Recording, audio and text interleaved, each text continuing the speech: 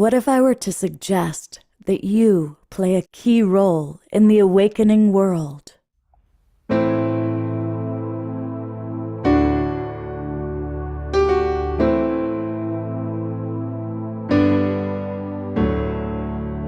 that you are watching this because you have heard the call.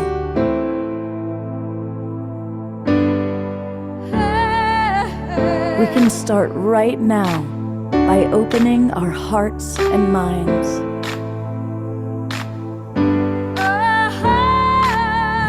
Welcome to the awakening world.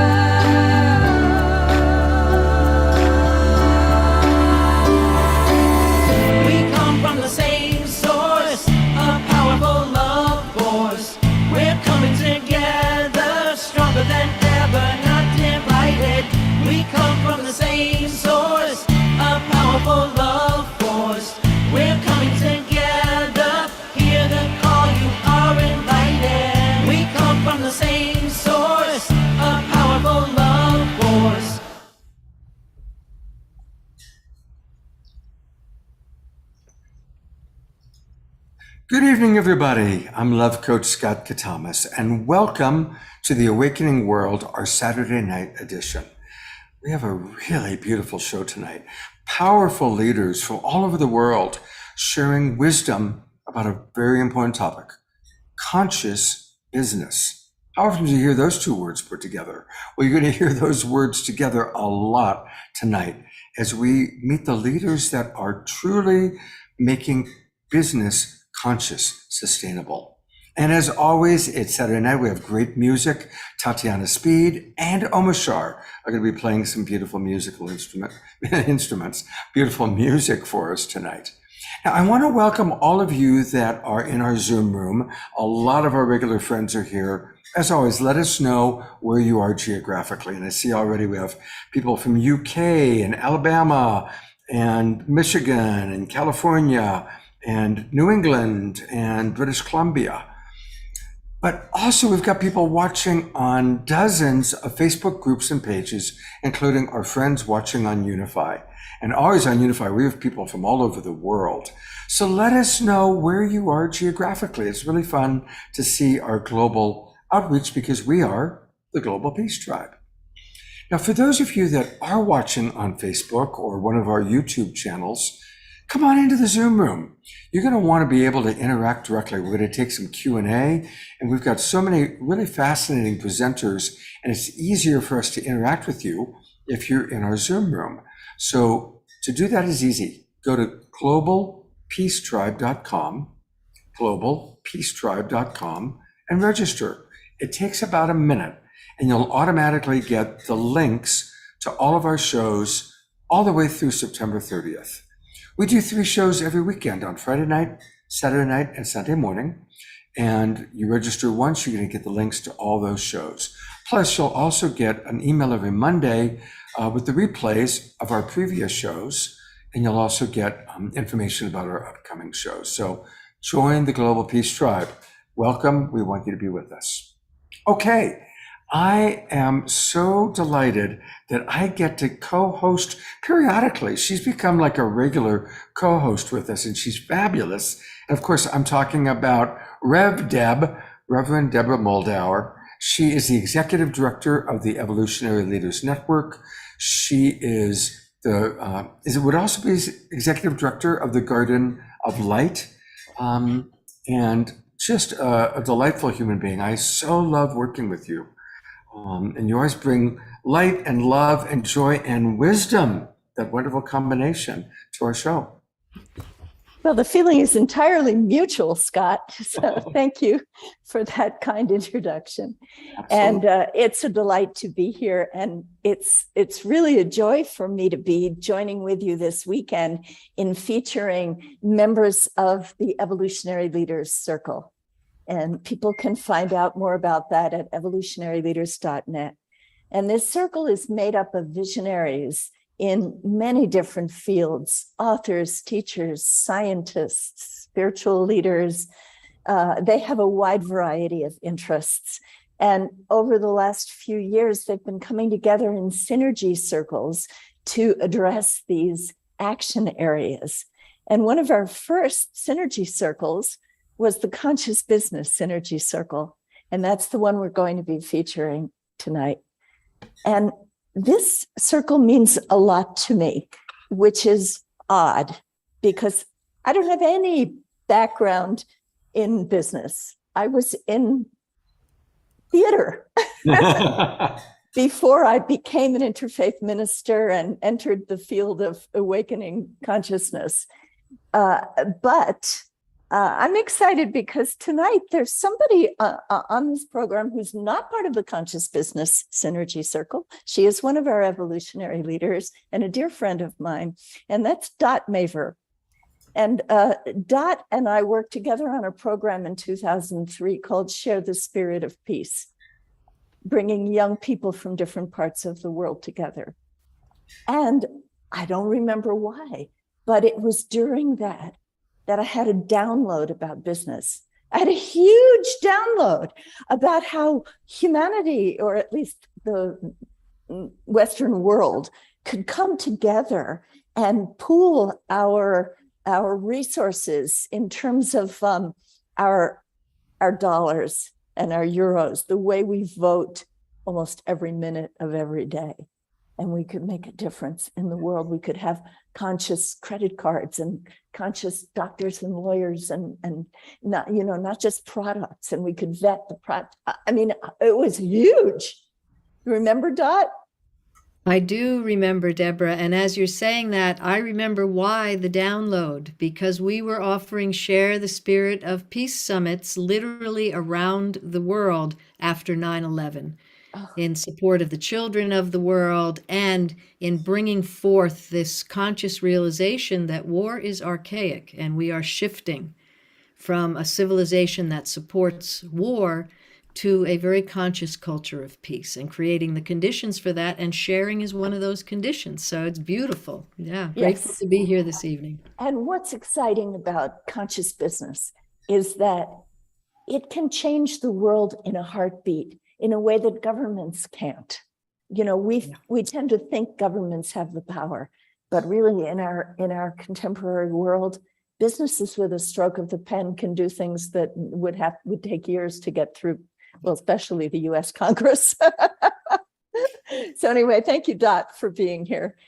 So the Conscious Business Synergy Circle began with Steve Farrell of Humanities Team, whom we'll hear from in a pre-recorded segment later this evening, and Dr. Kurt Johnson, who many of you know, and he is the coordinator of all of our synergy circles.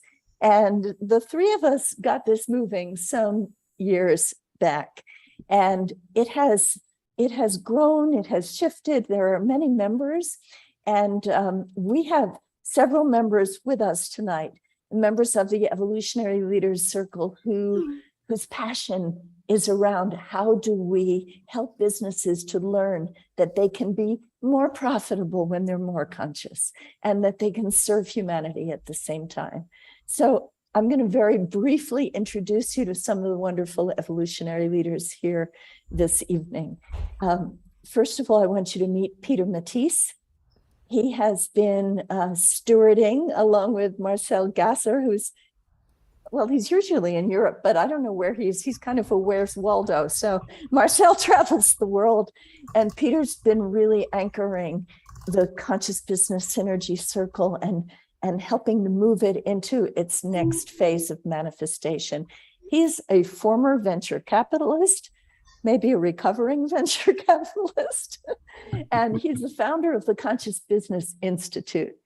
And he's also a beloved board member of the Source of Synergy Foundation, which is the mother organization of the evolutionary leaders, and serves on other nonprofits as well. He's a beautiful human being. And Peter, I'm so thrilled that you could be with us this evening to share some of your work with us. Oh, it's wonderful. Thanks so much for the invitation. It's great to be here. Welcome, welcome, welcome. We also have Dr. Larry Clay. Larry is an assistant professor of business at Marymount University, and he's program administrator for the Conscious Business Enterprise. And he works closely with Steve Farrell and Humanities team. And one of the things that I really love about Larry is his passion for teaching conscious business to young leaders who are coming up. So Larry, your work is so important. We're so thrilled to have you with us tonight. Wonderful to be here. Thank you for inviting. Okay, well, we'll be looking forward to hearing from you later. We also have the delightful Reverend Linda Bjork. She is, like me, she's an interfaith minister. She is the founder of the Inner Business Institute and wrote a book called Inner Business. And she's also associated with the One Spirit Learning Alliance, and she's a board member of Unity Earth, which I'm a vision keeper for. So we have a lot of paths in common. And Linda, I'm so looking forward to hearing your perspective on I love what you call the becoming of business. Thank you so much. It's delightful to be here. Thank you for joining us. So we're going to have, as I mentioned, a recorded segment from Steve Farrell, the head of Humanities team. And Steve is one of the founders of the Conscious Business Declaration, which is a beautiful manifesto. And we have, in addition to Steve, we have a real treat tonight. We have a pre-recorded segment from Dr. Irvin Laszlo, who is one of the visionary elders of the evolutionary leaders. He's an amazing author. This is a man who started his career as a concert pianist, and then he became interested in humanity's evolution. And he's just recently started, at the age of 90, by the way, which he just turned, the Upshift movement. So he's in Europe. Otherwise, he would have been on live with us. He's amazing. And I'm really looking forward to that segment. And then for special treat, we have with us Steve Behrman, whom I'm sure many of you know as his alter ego, Swami Beyondananda. So Steve, I hope you're going to open our clown chakra for us this evening. Oh, absolutely. Yeah, I'll be a little serious at the beginning and the Clark Kent guys, but Superman will show up a little later. So excellent. I know we can always count on you. Okay. So thank you so much. And it's also beautiful to have Dot Maver with us and also Fumi John Stewart, whom I worked with for many, many years as we promoted May Peace Prevail on Earth all over the world. Mm-hmm. So we'll be looking forward to hearing from Fumi and Dot about something quite different and very important later in the program. Thank you. And so now I hand it back to evolutionary leader Scott Katamas. Well, thank you. And it's Saturday night, so we are going to have music. Some of my favorite musical artists are with us tonight. And, of course, Omoshar has really become our house musician, and he's with us almost every show, which is such a blessing. He was with us last night, and he'll be with us again tomorrow. But I also really wanted to have Tatiana Speed on the show again. She is one of our favorite musical artists. And where are you, Tatiana? There she is. She's back, and we're going to have 2 songs from Tatiana and a beautiful, beautiful video.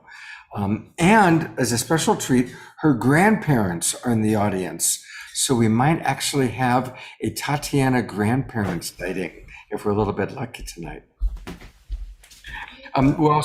Tatiana's created these beautiful videos. You've seen them, those of you that are regulars on our show. So we get her music and her video. Tatiana, it's good to have you back with us. And speaking of Tatiana, we always like to start our show with music. And so I'm going to just keep the spotlight on you. And what are you going to start us off with tonight? First of all, thank you for having me back, Scott. It's such a joy to be back in this beautiful community of leaders and emerging change makers. And I want to start us off with a song called Ignite.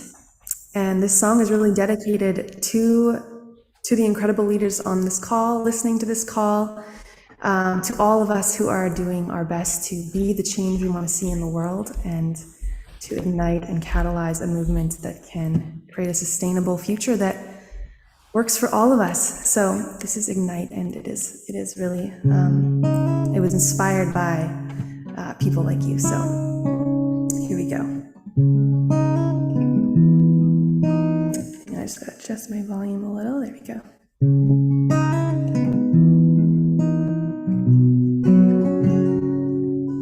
The world is changing, the world's on fire. I wanna do my part to inspire change. I wanna make my home a sanctuary of love and peace and harmony, and be the change I wanna see. The earth is my home, the earth is my mother. We will never have any other to help renew, rebuild, rebirth, a new way to be on earth.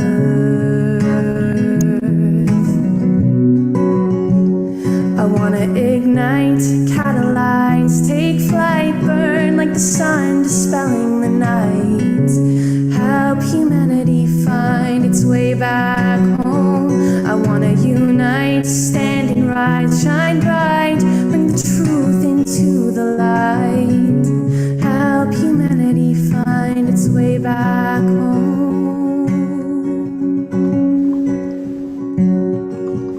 Come and dance, come and sing, come and pray, come and bring all you are and all you love. A new day is dawning, I feel it calling us to help rebirth, a new way to be on earth. I wanna ignite, catalyze, take flight, burn like the sun, dispelling the night.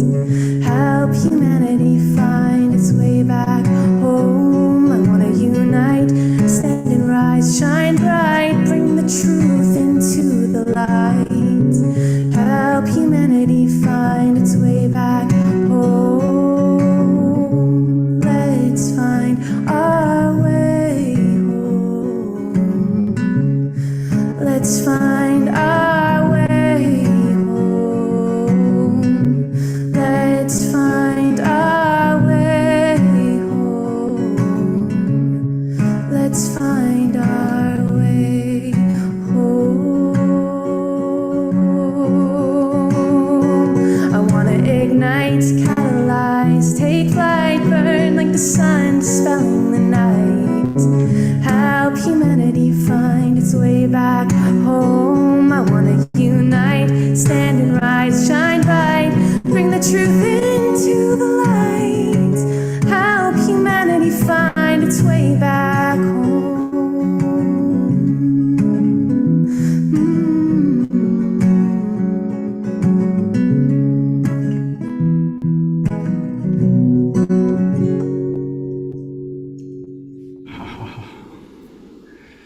Thank you. Ah, beautiful, beautiful, beautiful. I'm going to go to gallery view for a moment. Let's just all twinkle here on Love Coach. So, look at all those people twinkling you.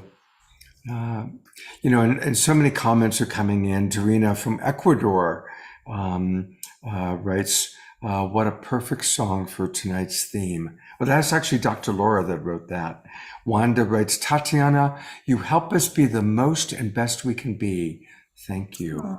Oh, And more comments coming in on Facebook, our Love Coach Academy page.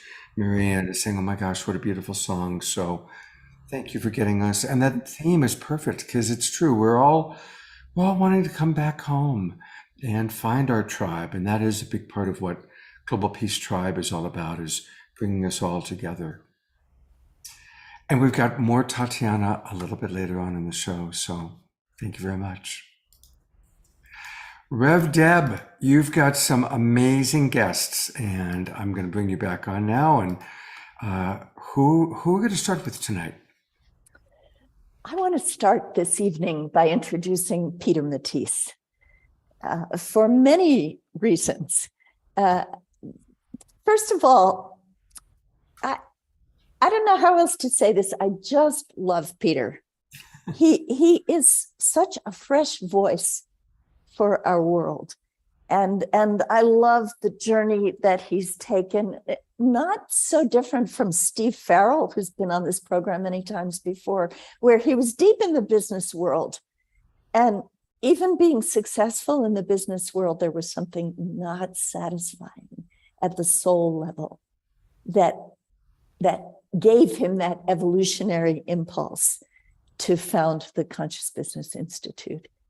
And I think he has explored in so many important ways, not only how conscious business can change the world, and as Tatiana was singing, bring us home to a kind of business that feels good, that doesn't feel in conflict with who we really are. But he's also systematically created programs to teach that, so that people in business can learn how to make their businesses more conscious. He's also been a tremendous steward for the Conscious Business Synergy Circle of the Evolutionary Leaders, and I'm just delighted that he could be with us this evening. Peter Matisse.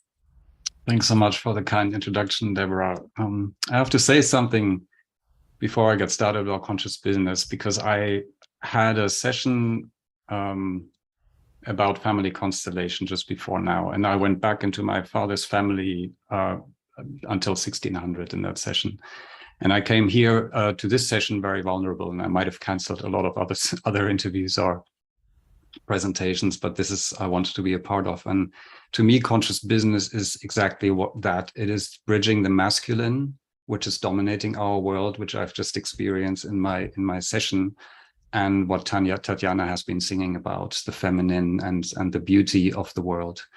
And when I was a venture capitalist and saw hundreds of companies every year and so many leaders yearning for a better way to do business, and so many people inside of organizations that we invested in yearning for better ways to do business, and just asking, isn't there something that we can do to create a better way to conduct business? I eventually thought that I needed to quit everything in order to create that, not just for everybody else, but myself. I felt the same way. I felt that something fundamental was missing in my world, that I was very successful as a venture capitalist, flying first class and all these kind of fancy things. But when I got home at night, I felt empty, and I knew that there was something missing. So on a personal level, millions of people are yearning to look for a different way to conduct business and achieve success in the world. That's why we need to change. On a business level, we need to change because we know that our ways of conducting business is not successful anymore. Everything that's coming down the pipe, whether it's digitalization or the socioeconomic gap that's opening up, we cannot conduct business further as we do. It's just not sustainable anymore. And on a global level, where you see so many polarities, we cannot expect the politicians to lead us forward, because they are in a gridlock. There's so much polarity happening. There's so much finger pointing happening. I believe that actually business is the most powerful force in the world. It is fast enough, it is quick enough, it can adapt. And this is the force that we can use in order to create a better world for us going forward.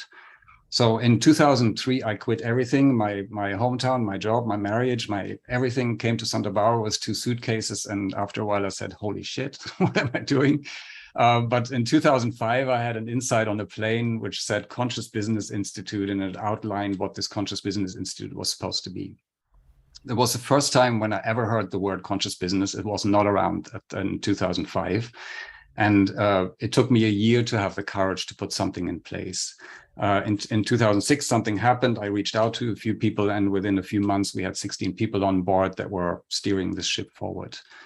Over the years, we have created an entire system where many people speak about changing the way to work. We've created a system to get people and entire organizations measurably sustainably and also scalable to up to 100,000 people from point A to point B. So this is what we want to put in the world. And we've been working with companies like BMW and Allianz Insurances and Intel and Morgan Stanley and those kind of organizations, and see that if we touch people in their hearts and open up this new possibility of changing the way we conduct business, everybody wants it. Everybody wants it. We might hold back and we might be afraid, not knowing how to go about it, but even the top leaders, when we talk to them in person, my God, they're all standing in line and saying, if we can create that, I want to be part of this journey. And then, of course, when comes Monday morning, they go back to their old habits. So this is something we will need to address going forward. So basically, I'm just going to introduce the topic here. Again, it's a huge possibility, because when we look at our lives, look at your lives, you will find that your success in life, your satisfaction in life stops exactly where your consciousness has stopped growing. Of course, we can become maybe president of the United States, maybe we can become CEO of a global corporation and become very successful not being conscious, but where exactly our consciousness stops is where we will bump against the wall. Maybe it is with our families or with our children when we don't show up fully with them. So consciousness to me is the doorway to unlock the door to really transform the world going forward. And business is the vehicle to do that. Now, just a couple of words about the Conscious Business Synergy Circle. I'm leading that circle at the current time together with Marcel Gasser. And what we want to create there is I would say a hub in the wheel. It's a meeting point. It's a marketplace, not a marketplace, a town hall really, where people can get introduced to conscious business, where they can get inspired and say, you know, I'm interested in this topic. What's going on out there? How can I connect? How can I connect to people that are in this field? How can I get started in this topic? So if you want to reach out and just be put on the list as we put more things out with this Conscious Business Synergy Circle, reach out to us. You can either do that at info@consciousbusinessinstitute.com, or you can reach us at the Evolutionary Leaders address, which I'm going to scroll back to, and maybe Deborah can help me. I think it's el@sourceofsynergy.org. Is that correct? Sourceofsynergyfoundation.org. el@sourceofsynergyfoundation.org. So I'll stop it here and open it up for all the other wonderful souls that are on this call. Oh, well, no, hold on. We don't want you to go too quickly. First of all, I really appreciate that you had this profound experience of connecting to your family and your ancestry. And I don't think it's an accident that might have taken place before coming on. And this is a show where we're all family, we're all friends here. We can be very honest. Emotions are always welcome. I just have to ask, as you look at your ancestry and your family constellation, how does that connect to your vision and the work that you're doing now? That's a great question. I would see a couple of connections. First of all, my own dysfunctions are being put on the plate. Maybe a lack in courage, maybe self-doubt, maybe fear of running out of money, or all those kind of things that are circling around. And they're just being put in context when I look at this broader picture with the male standing in my lineage going back hundreds of years. And to know that it's everything that come together since 400, 500 years is now putting me in this place to move forward. And that puts everything into a different perspective. The second thing that popped up is that, again, the dysfunction of the masculine is causing a lot of the dysfunctions in our world today. It's the extraction economics, it's conflict oriented, it's achievement oriented, it's all those kind of things. It's more, which is the same thing as not enough, not enough, not enough. So I feel we have to heal our masculine world, our masculinity, whether it's in women, but also in men, particularly, and become fully accountable of our dysfunctions in order to create a more healthy world going forward. Beautiful. Well, thank you. And I believe your ancestors would be quite proud of you. So thank you. I want to really encourage people to, with all of the beautiful presenters we have tonight, go to their websites. So let's start by Peter's, which is consciousbusinessinstitute.com.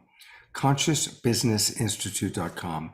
And always, it's a good idea, go down to the contact page and put your information in so that, you can at least be on the email list, learn more about what they're doing. I'll just say hello so that it'll take my submission. And then if we go up a little bit, tell us about your Conscious Business Master Program. And I'm going to go ahead and click to that website. Yeah, it's kind of the flagship program that leads people from A to B. It's kind of the most unique program out there and the most comprehensive that we've done in organizations. And now it's available for individuals who want to go through it. It's a more extensive program that really goes deep. And if you go a little further down, it also takes you through the quadrants here that are in this circle, which really make up a healthy organization. If we fulfill these 4 quadrants in an organization, the organization is healthy. If we fulfill these quadrants in our own lives, our own life is going to be fulfilled. So people are asking, what's the new model? And this circle to us, which came to me in a meditation in 2008, is really the model that we are taking out into the world, which seems to be working. So if you feel intrigued, check out the video that's behind that circle there. Beautiful. Peter, thank you so much for being on our show. And I certainly hope that we get a chance to talk to you again soon. You have a lot to offer. Thank you. Thanks, Scott. Wonderful to be here. Oh my gosh.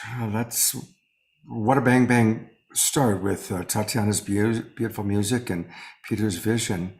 And to kind of just drop in and bring this in, it's Omoshar time. And Omoshar is going to provide us with 3 songs tonight.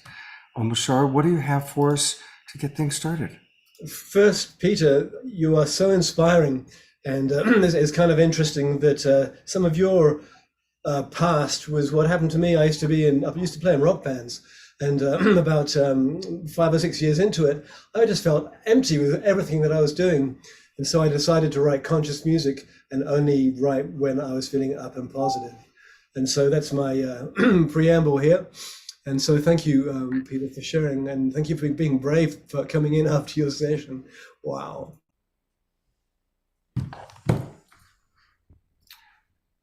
Curious to hear.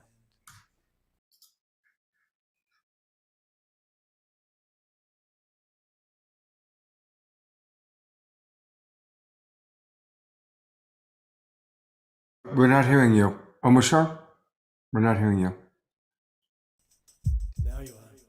Okay. You'll never walk this way again is about leaving the past. But you're very low. Your audio is very low. Very low? Now it's better. Can you hear the beat?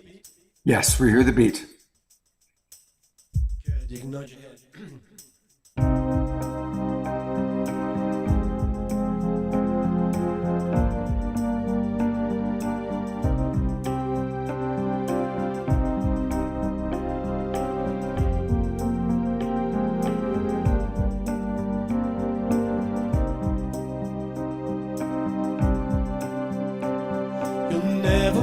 This way again.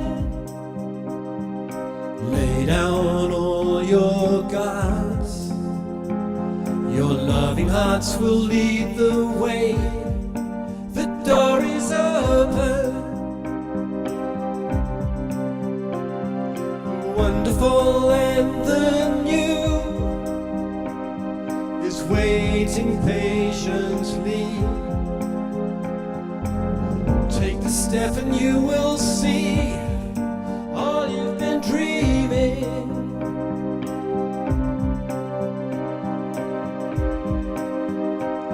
And now is the time you've been waiting for so long. I've been holding you through all ages. Knowing I'd be with you once again.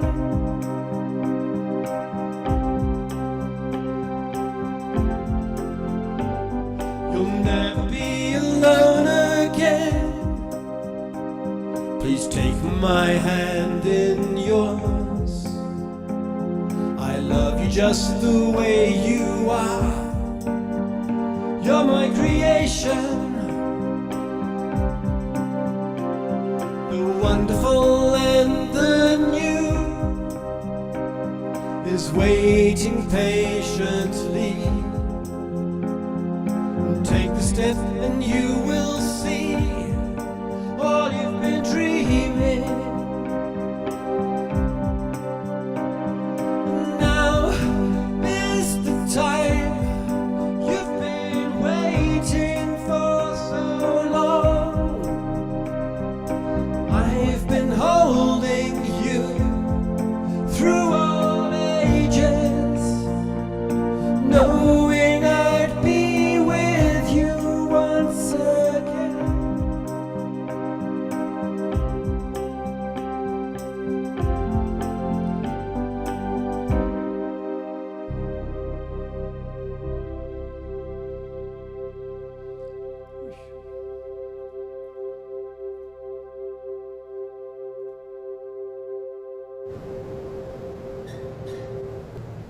There it is. Thank you so much, Omashar. Thank you. You bring so much beauty to our shows, and it's such a blessing. You know, Omashar was an audience member, and he came on a consistent basis to our shows. And then he wrote to me and said, well, you know, I'm a musician. You might want to check out my music. And I went to his YouTube channel and started playing his videos, and it was wonderful. And now he's become such an important part of Global Peace Tribe and the Awakening World. Thank you so much. Yeah, thank you so much, Omashar. You're very welcome. And that's actually a bit of a segue to, I just wanted to let people know that I'm in Sedona, Arizona right now, because we're considering having our first Global Peace Tribe retreat here sometime in October, probably late October or maybe early November.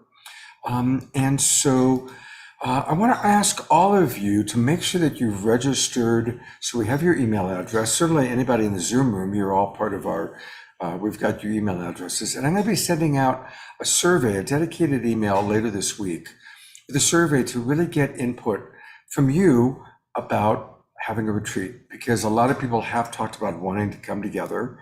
We thought Sedona would be a really wonderful place to do it. It's beautiful in October, all the red rocks, it's magical, and there's a lot happening. It's also a little bit more expensive to come to Sedona. So anyway, I'm not going to go into the details now, but please want to ask everybody, keep an eye out for that email, and please right away fill out the survey, because we are going to want to make a final choice soon. And if we do have a retreat here, we're going to bring Kristen Hoffman and Cornflower, some of the people you've seen through the Soul Search connection. Who knows, maybe we can even get Rev Deb to come from Mexico. We definitely are going to want to bring together some of our favorite people. So keep an eye out in your email box. And I again want to also acknowledge we've got people from all over the world watching. So thank you. And yes, Dr. Laura, we will have a dance party. That's definitely on the agenda. I saw that just came up on the comments. So, you know, we are creating always Global Peace Tribe, the Awakening World. Your feedback is really important. We need to hear it. So fill out the survey. It'll be about the retreats. It'll also be about what you'd like to see take place in terms of topics, shows, who you really like, who you'd like to see more of. So thank you. Keep an eye out for the email. And I am now going to turn it over to Rev Deb to introduce somebody that I've been wanting to have on this show for 2 years. And finally, Rev Deb corralled her and brought her in. So I'm very, very excited about this. Take it away. Well, it will be my absolute honor to introduce Linda Bjork, but there's something I need to do before that, because Peter Matisse has written a lengthy response to one of the questions in the chat. And it is so beautiful and so important that I think we need to give him a chance to speak it for the people who don't have access to the chat in this Zoom room right now. Okay. So can we take a moment and let Peter Absolutely. the question? Spotlight's back on Peter, but just read the question. We'll get to you, Linda, in just a minute. Can you repeat the question so we know the context? Yes, of course. Yeah, the question was from Mary. She's like, could you speak to unconscious business and the extreme serious climate crisis? What is the role of conscious business in this? Simple question.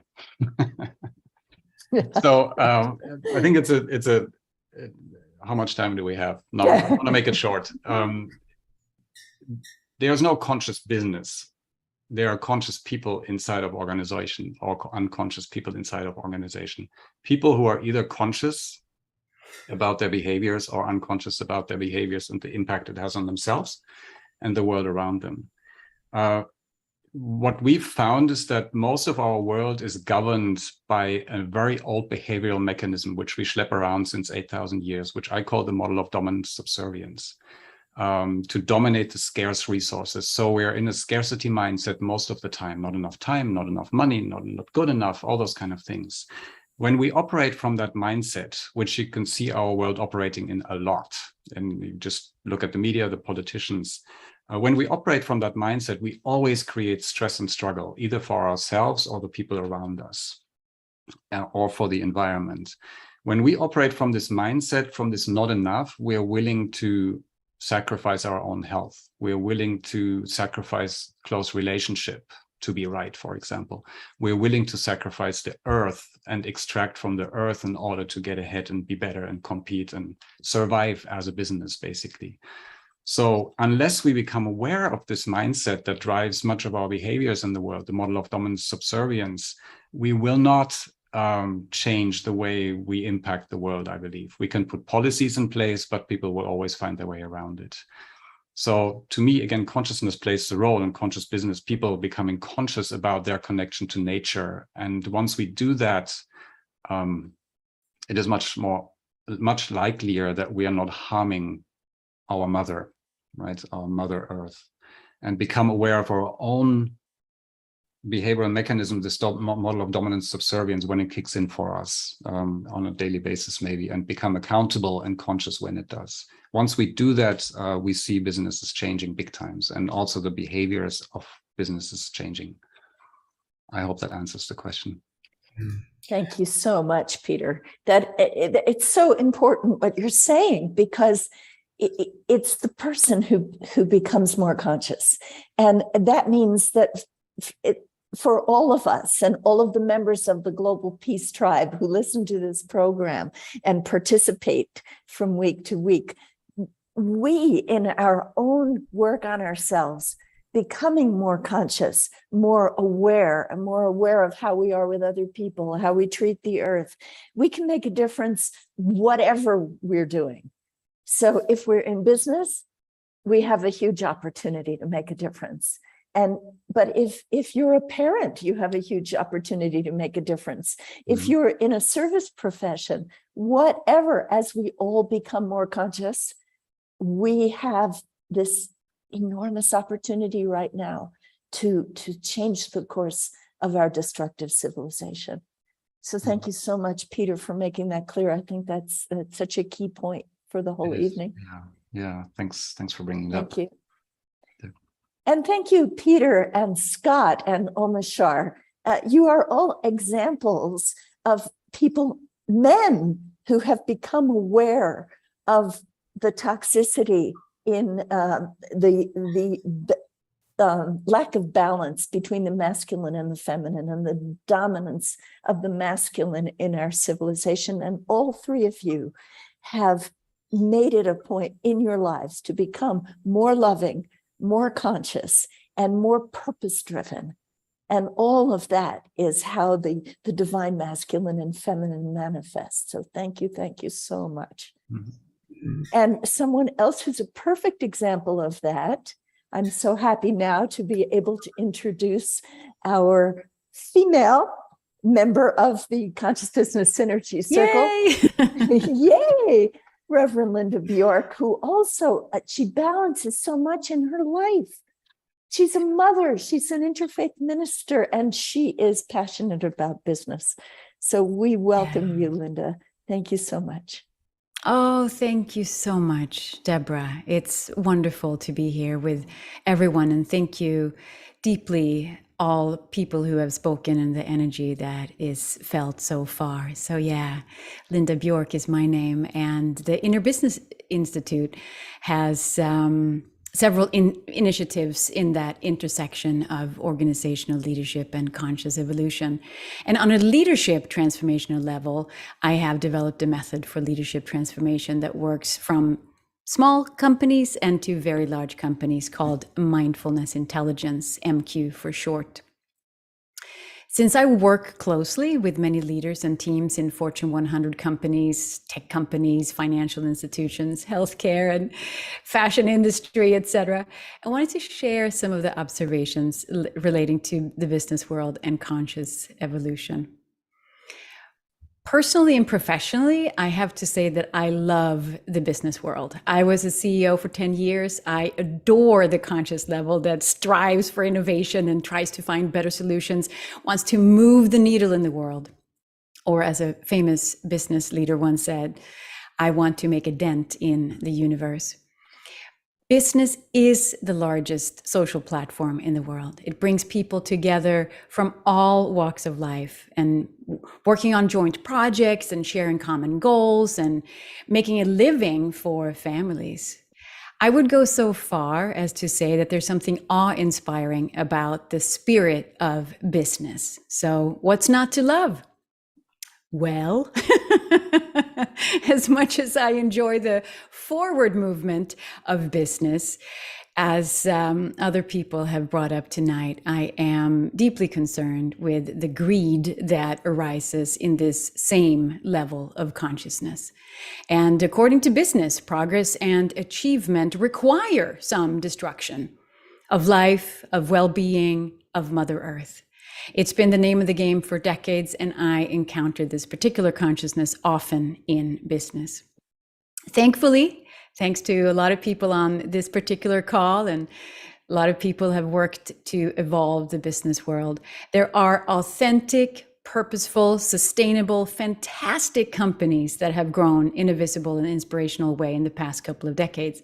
We see leaders standing up for people, planet, and purpose in numbers that are almost starting to feel a bit hopeful, right?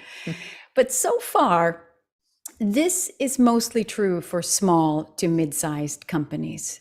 So what about the big ones? What about the Fortune 500 companies? What about the Fortune 100 companies? Companies that, by the way, are likely to soon be purchasing the smaller, fantastic companies. We have to look at them as well. There's an inherent structural challenge with large corporations to reach any significant consciousness shifts before long. That's why we have these epiphanies and then wake up on Monday and we sort of go back to the same old habit.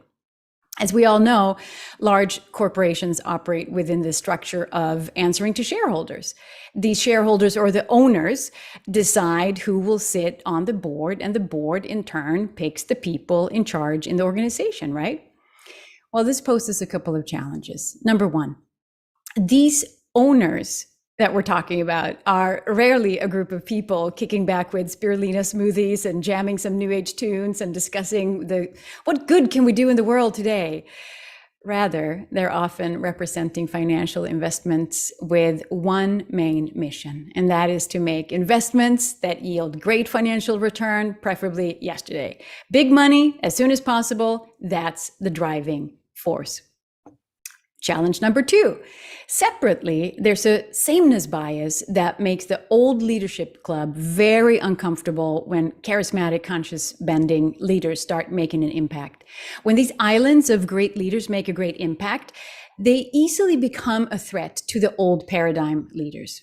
The bar is now rising too high, threatening the status quo, and the threats just gotta go. Some expensive severance packages later, and the threat has been taken care of. Big protected companies get away with this time and again, and I have unfortunately had a front row seat in that lion's den a few times. So these challenges need to be overcome, and we can and need to do it together. So to keep it simple in this short presentation, I refer to consciousness development as defined in spiral dynamics, where we look at values as the organizing principle of the evolution of consciousness. And a conscious business goal then could be to help move as much as possible of business leadership and business structures to the second tier of spiral dynamics, aiming for that first rung where ego is no longer a dominant force and therefore can minimize the ego's destructive tendencies. Be it small or large organization, getting greed and fragile egos out of the way would be a game changer. As such, my main message today is not to limit ourselves and this work to our own evolutionary club. You know, it's easy to do that, the consciousness clique, and maybe even the academic crowd. One thing that I've learned, boots on the ground, is that people in business are a lot more ready for a consciousness change than meets the eye. I don't think it's wise to continue with the idea that we only speak to people who are ready for conscious change. We're missing too many people then, and I have found that it's actually a miscalculation. Many corporate groups for my MQ leadership trainings are populated with a few people who honestly don't want to be there. You know, they may have signed up to impress the big boss, or they may flat out have been forced to at least try to become a better leader. They have no interest in consciousness mumbo jumbo, and the purpose of their business day seems to be just get through them, get promoted, and bring home the bacon. These are people that we would write off as not ready. And I have had so many of these resistant professionals right in front of me, you know, arms crossed and tight energy, just waiting for me to screw something up so they can jump down my throat. All the while, they have underestimated my greatest power. See, what they don't know is that I already love them. I love them for exactly where they are. Flexing their status symbols, tense, calculated, ready for battle. I love them for who they are and have yet to become. So the battle never happens. The most resistant fighters become awestruck mush as they get to experience their own greatness, their own holiness, getting a whiff of their own sacred potential. I've had rude CEOs walking into the room with snarky remarks, only to later float out of the room, singing the praises of having experienced themselves so sacredly, so deeply. Oh my God, they say, I can't believe how deep I got in myself. It's so deep. I mean, just so deep. It's unbelievable. It's so deep. They don't have language for this yet, so that's all they can say. But these are the very people that we would write off. And they've had these profound experiences of consciousness. And when they do, they now become the loudest advocates for consciousness training. And that's why I wanted to be here today and encourage you to not discount people. We will need lots of initiatives and resources to facilitate this awakening in business that we want to have happen. So let me add this one to the action plan. Enough with the silos already. Don't be stingy with who you're sharing your gifts with, and don't be intimidated by people who are ready to fight. You know, if coaching and leadership training is not your thing, you still have a role in this. How about you build something awesome that works and show the world that alternative? If you're on the inside of companies, make sure that resources are invested into building and supporting conscious teams and make them too successful to ignore, and make sure to communicate why it works. That's how mindfulness intelligence has spread in multiple companies. You can help by what some people I know are on this call already do, which is to redefine how we measure shareholder value. There are so many exciting things going on there. So if that's something that you want to contribute with your talents, get in the game. You know, and if you can, build wealth and use it to influence a financial consciousness shift. Not only as an owner will you have this pull, but also as a consumer that Deborah was mentioning, you will have this kind of conscious voice. And lastly, but most importantly, inspire people's evolutionary growth by simply shining brightly in the radiance and contribution from your level of consciousness. This is your biggest work. Shine as you. The world needs more of you. The conscious business evolution needs more of you. I love you, and I thank you. Oh, that's so beautiful. I want to read some comments that have come in. Karen Eisenberg writes, excuse me, Linda, your love for all in conscious business inspires me to get in the game. I want to shine as brightly as you. Dr. Laura writes, Linda is a warrior of light and love on the front lines of the conscious evolution. And these are just some of the comments, and they're flying in right now with people appreciating you so much. Thank you. So thank you. And I want, there's a wonderful way, remember that whenever we're seeing these presenters, and they only have like 10 minutes. So it's just a little homeopathic dosage of Linda Bjork. But to get more, we're going to go to a couple of her websites. So I want everybody to know right off the bat, thebecomingofbusiness.com, thebecomingofbusiness.com. And she has created, if you go to the tab that says videos, she's providing some beautiful, very generous conversations about this topic. So for those of you that are really fascinated with what we're doing tonight, please go to thebecomingofbusiness.com and go to her videos where you can learn more about peace with the planet, global collaboration, the becoming of business. And these are beautiful videos. And these are with you and some of your colleagues that are part of this. I see Ben Bowler, of course, has been on the show many times. Rodrigo Espinosa, some really beautiful, Chief Dwayne Perry. A lot of our friends I see are on some of these calls. Anything you want to highlight, Linda, in terms of these videos?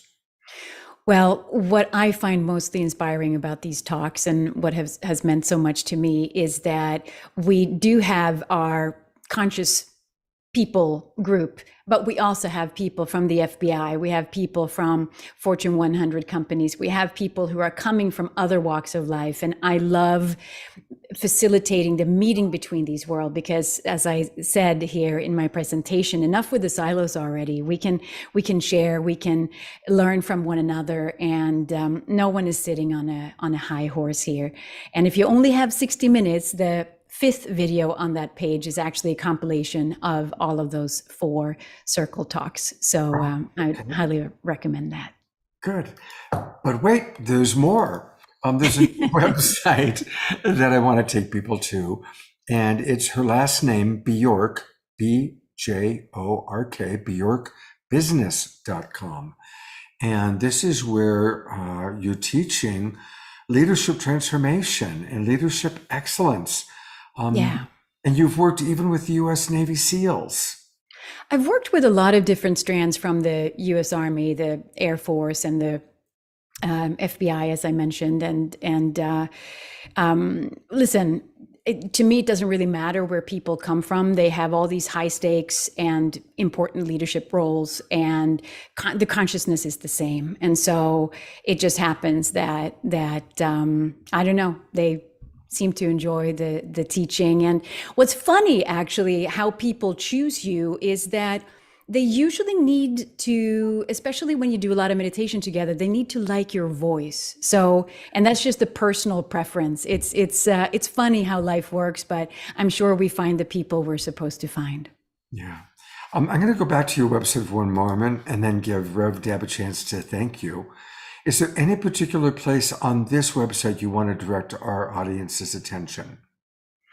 I mean, there's so much to say about the mindfulness intelligence system, but what I do there, because I like the bridging of things, is that I really do take the consciousness journey and the mindfulness journey, and I marry that with a lot of science. I'm a science nerd. My first degree was in engineering, and so that's why I put this system together.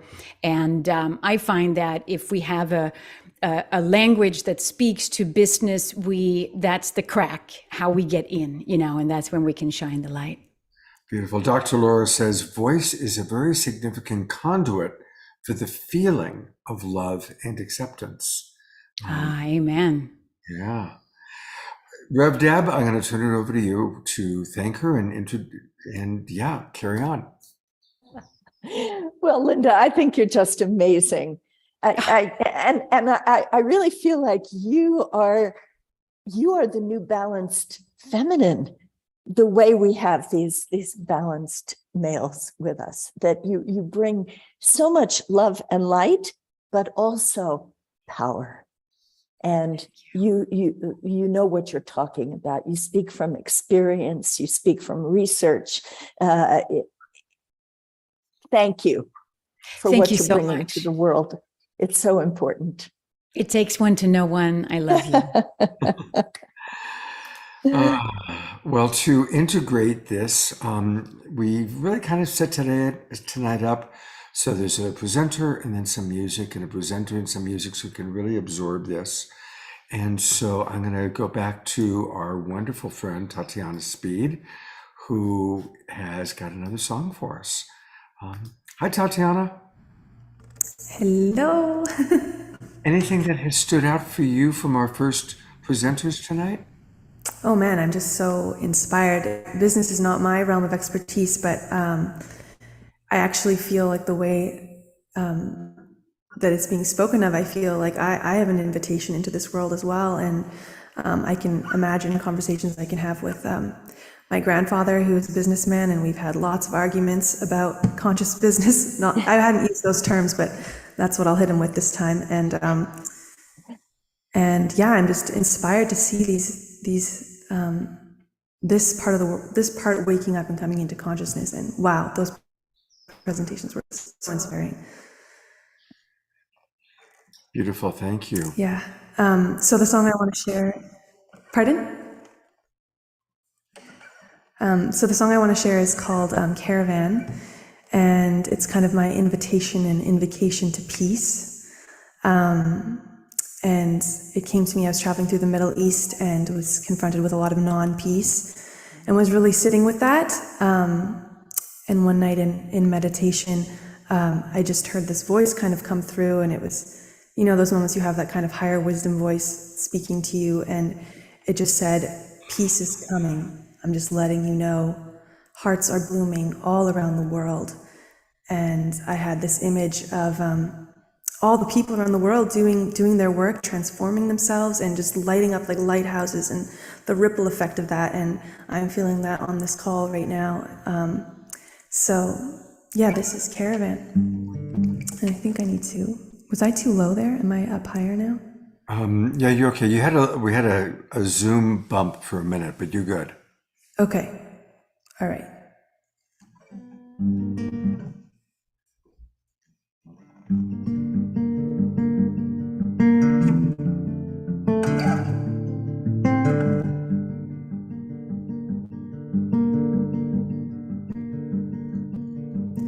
Peace is coming, I'm just letting you know. Hearts are blooming all around the world. Brotherhood is coming, I'm just letting you know. Peace like a flag unfurled as we join the caravan headed to the promised land, the home that we share deep in our heart, singing an ancient song not forgotten.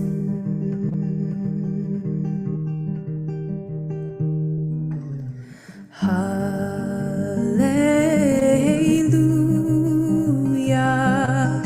hallelujah,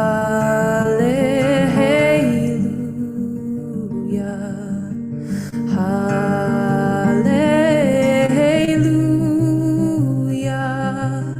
hallelujah.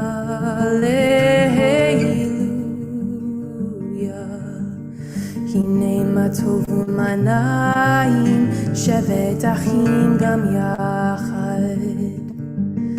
Hine ma tovu manayim shevet achim gam yachad.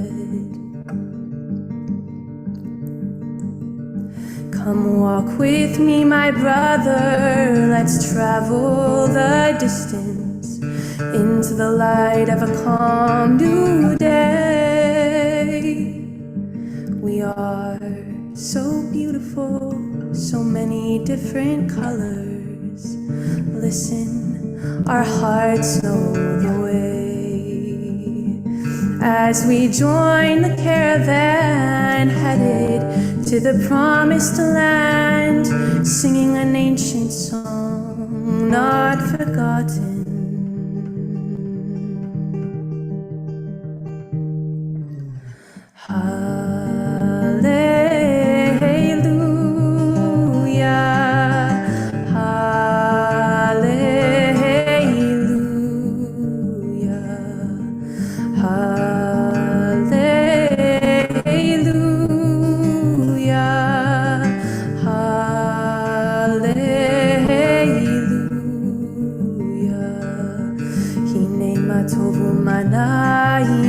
שבת אחים גם יחד.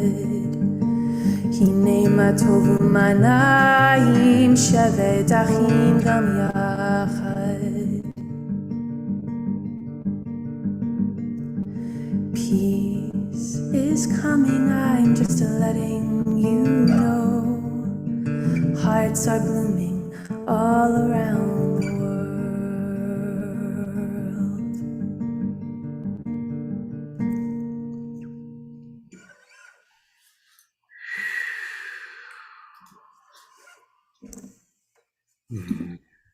Twinkling. Twinkles. There's a question, Tatiana. Was that Hebrew? Yes. Yes, it was. Yeah.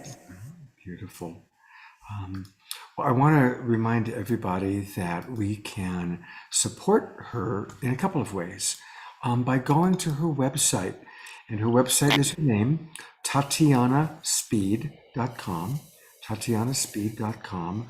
And definitely put in your name and your email address, and you can go in and you can stream some of her music. And there's a lot of different ways to do that. But I also want to let everybody know that she has created a Patreon page, and I'm so excited about that.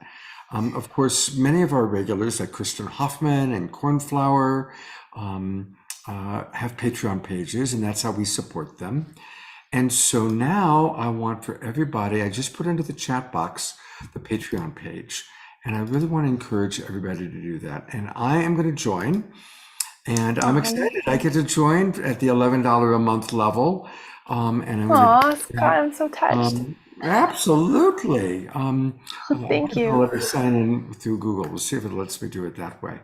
You'll be my first person. You'll be the very first contributor. Really? Oh my gosh, Yeah. I'm so excited. I'm going to do this. I don't want to tie up the audiences, but I'm going to do that while our next thing is happening. So everybody, maybe you'll beat me to it. Somebody might be the first one. Let's all join her Patreon. And again, you can come in at any level, and you'll be providing music and different things for us. Yeah? Absolutely, yes. This is just going to allow me to continue creating, because I've just poured basically all my funds into the last 4 songs that I've put out, and I want to be able to keep going. And this is just going to give me the wind beneath my wings so I can continue creating meaningful music and bringing it into the world. So thank you, everyone. And this is really important. We have to support our artists. And I love that they call it Patreon, because traditionally the great cultures had patrons recognizing that our artists need to be supported. And I know that when I talk to Kristen and Cornflower, it's nice because then they know there's a monthly income. However, once they get 30, 40 people, then even if they're only contributing $3 or $5 or $11, it adds up. And they know, okay, every month I'm going to get my Patreon, donation and support, which is really important. So let's all support Tatiana, just as we've been supporting some of our other favorite artists. And she'll be back with one more video, and we might even have a Tatiana grandparent. We'll see. They're very shy, so I'm not sure. No promise. It'd be a rare sighting, that's for sure, but I'll talk to them. Deborah, would you be willing to introduce Larry Clay? I would be delighted to introduce Larry Clay and also to thank Tatiana for that absolutely angelic music. That was so special. It really just went right to the heart. Thank you so much. And thank you, Scott, for showing your other co-host, Jasmine Bear. I know everybody wanted to see your four-legged friend there. People were wanting to see Jasmine Bear, and there was a dog barking, so I had to kind of grab her and give her, readjust the attention so that she wasn't barking while I was promoting Tatiana's Patreon. Well, she's another star of the show, and she helps us be in touch with a broader audience, let's say. I'll show her one more time because now she has her Sedona cut there. And I know her fans want to see it. So now let me introduce Dr. Larry Clay, a really beautiful human being. I love his dedication not only to what conscious business can do in the world, but also how we can nurture the conscious business leaders of tomorrow. So Larry, thank you so much for being with us. And thank you also for your work with Humanities Team. Oh, thank you, Deborah. It's so nice to be here. And yes, Tatiana, I was trying to hold back my tears before I was like, wow, how am I going to follow that up?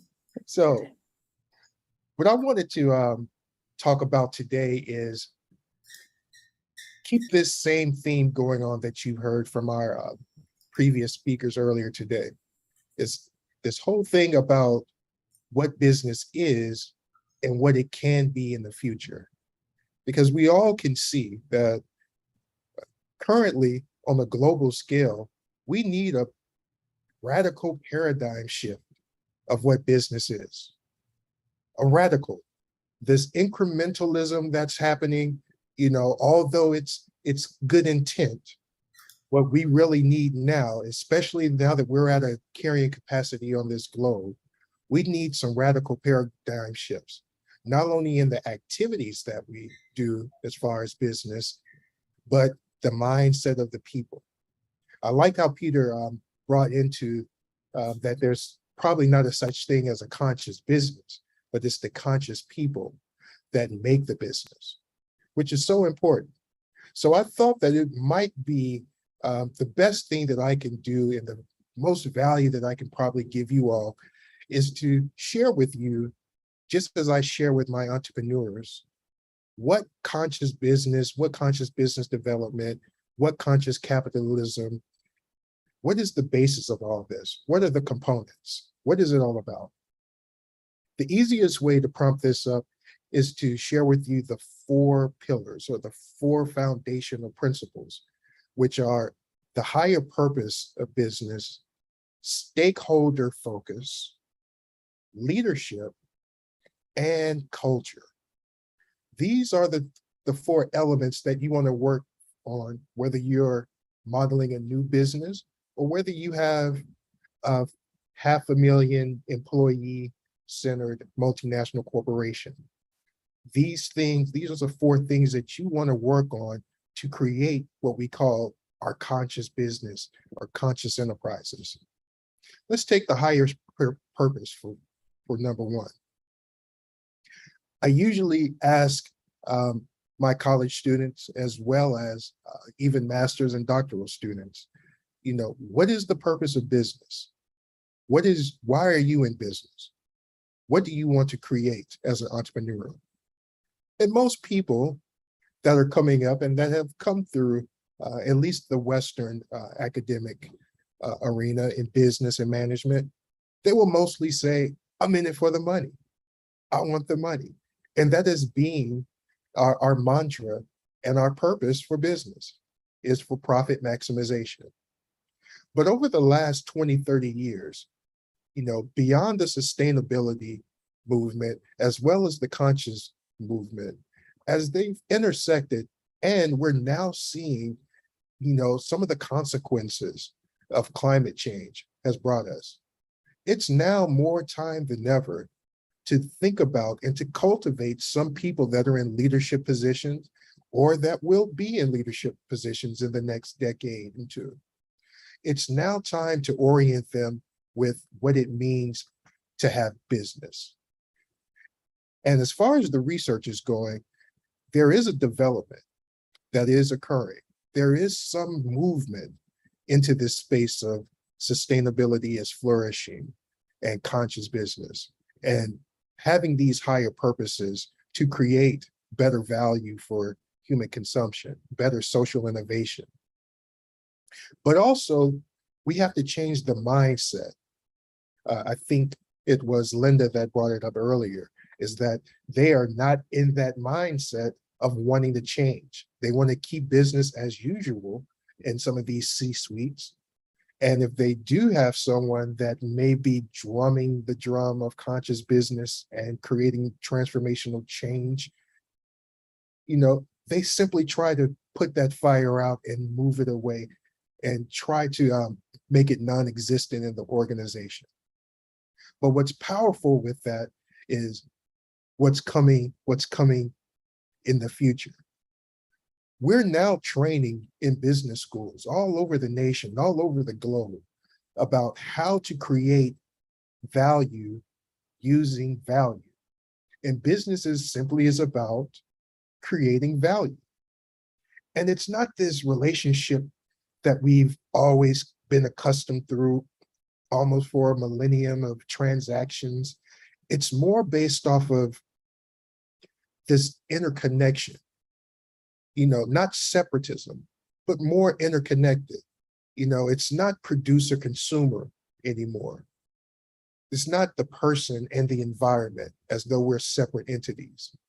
We should think of this and have our business leaders think of it from a value stance, a social value stance, to where we are all one in oneness, which means now we're moving away from teaching people about authoritarianism and compliance and managing through compliance and authoritativeness.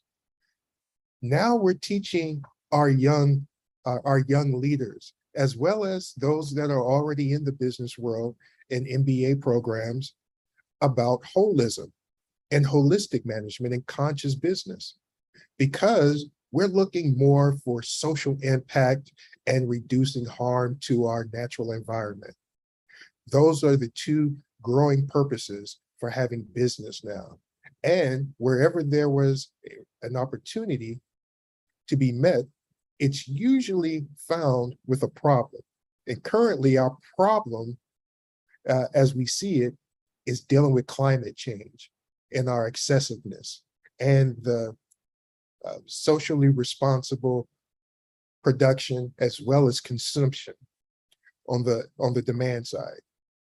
So creating these new beings with higher purposes is the first pillar in creating conscious business.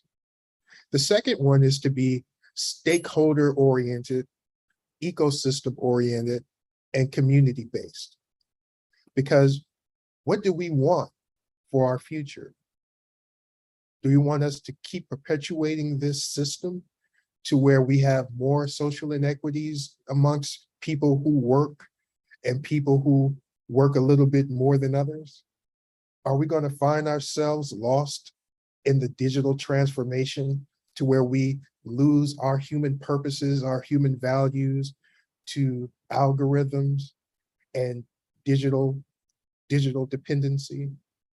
So it's about coming back to community and bringing back stakeholders, those that are very important to us in an ecosystem, and not managing people, but managing how the transactions and the transformation of the people that are in the ecosystem. Which leads us to our third pillar, which is conscious leadership. Conscious leadership is somewhat aligned with servant leadership. Some of you may have heard of resonant leadership or even transformational leadership. Now there are theories in quantum leadership and quantum development, which is this new consciousness of what business should be. So with this new conscious leadership, now is this time during this, what we call this great reset, where everything just seems as though we're in chaos with COVID, with war, with economic uncertainty, with the climate crisis, all happening all at the same time. Now is the time for our conscious leaders and our quantum leaders that are being trained and that have been trained to step up to the plate, because now is the opportunity to put some of these people in place into some of our political spaces where they're needed, into our business, large corporations, which they are needed, and even the small and medium-sized businesses. Now it's more than ever time to create these programs like Peter and Linda and myself with Conscious Business Enterprise that help business leaders, entrepreneurs, and even political figures, help them to become more aware, to awaken, and to be more attentive, not only to themselves, not only to others, but also to the natural environment, which will guide us with conscious leadership in developing what is needed for the future and the shared vision which is required to make the movement of our organizations and our communities into action. Which comes to the last pillar, which is conscious culture. The conscious culture and having our leaders, not leaders in the sense of a status or position, but leaders as in the leadership in you, which we all have. And creating these leaders to first have the journey within themselves to transform themselves to be more conscious. And once we train these leaders into this paradigm, they'll go out to take it to their teams, to their organizations, to their family members, to where we create this contagion of what it means to be conscious, not only in for our personal life, but in business, to where we have these high quality relationships that we build in our organizations, and that we promote collaboration, as I heard earlier, as well as empower people, empower those that work for you and that work with you. And these are the cultures that you want to cultivate to create working environments that'll be centered around the values and the morals and the empathy that's needed in our organizations today. Now, the first step of doing that is to visit the Conscious Business Declaration, which you'll hear a short video later on this evening. But what the Conscious Business Declaration does is articulates these core principles that we believe in that will not only help heal our globe and the environment and the natural resources, but it'll also improve human well-being towards a life of what we call flourishing. Because what we want are flourishing individuals and flourishing enterprises and flourishing societies in oneness. So I thank you here. So what you're showing there is not the Conscious Business Declaration. This is the Call to Conscious Evolution. So but that one's good too. But Conscious Business, I didn't know we wanted to do that. Maybe Larry can put in the chat the link to the Conscious Business Declaration. And Larry, I'd love to just highlight something that intrigued people in the chat from what you were saying.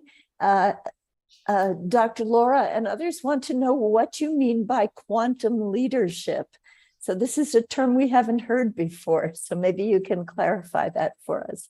Sure.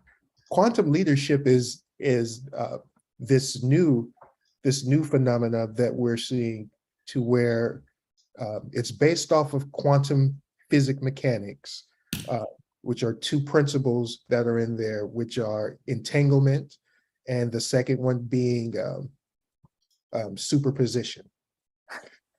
To where superposition, just basic science, it's neither zero, it's neither one, it's 0 and 1, it's neither at any time, but it's all based off of the observer, meaning that you can be in any state of being, whether you're talking about a conscious state, unconscious state, flourishing state, sustainable, or just survival state at any given moment, any given time. And it's really just time that separates you from any state, time and activity.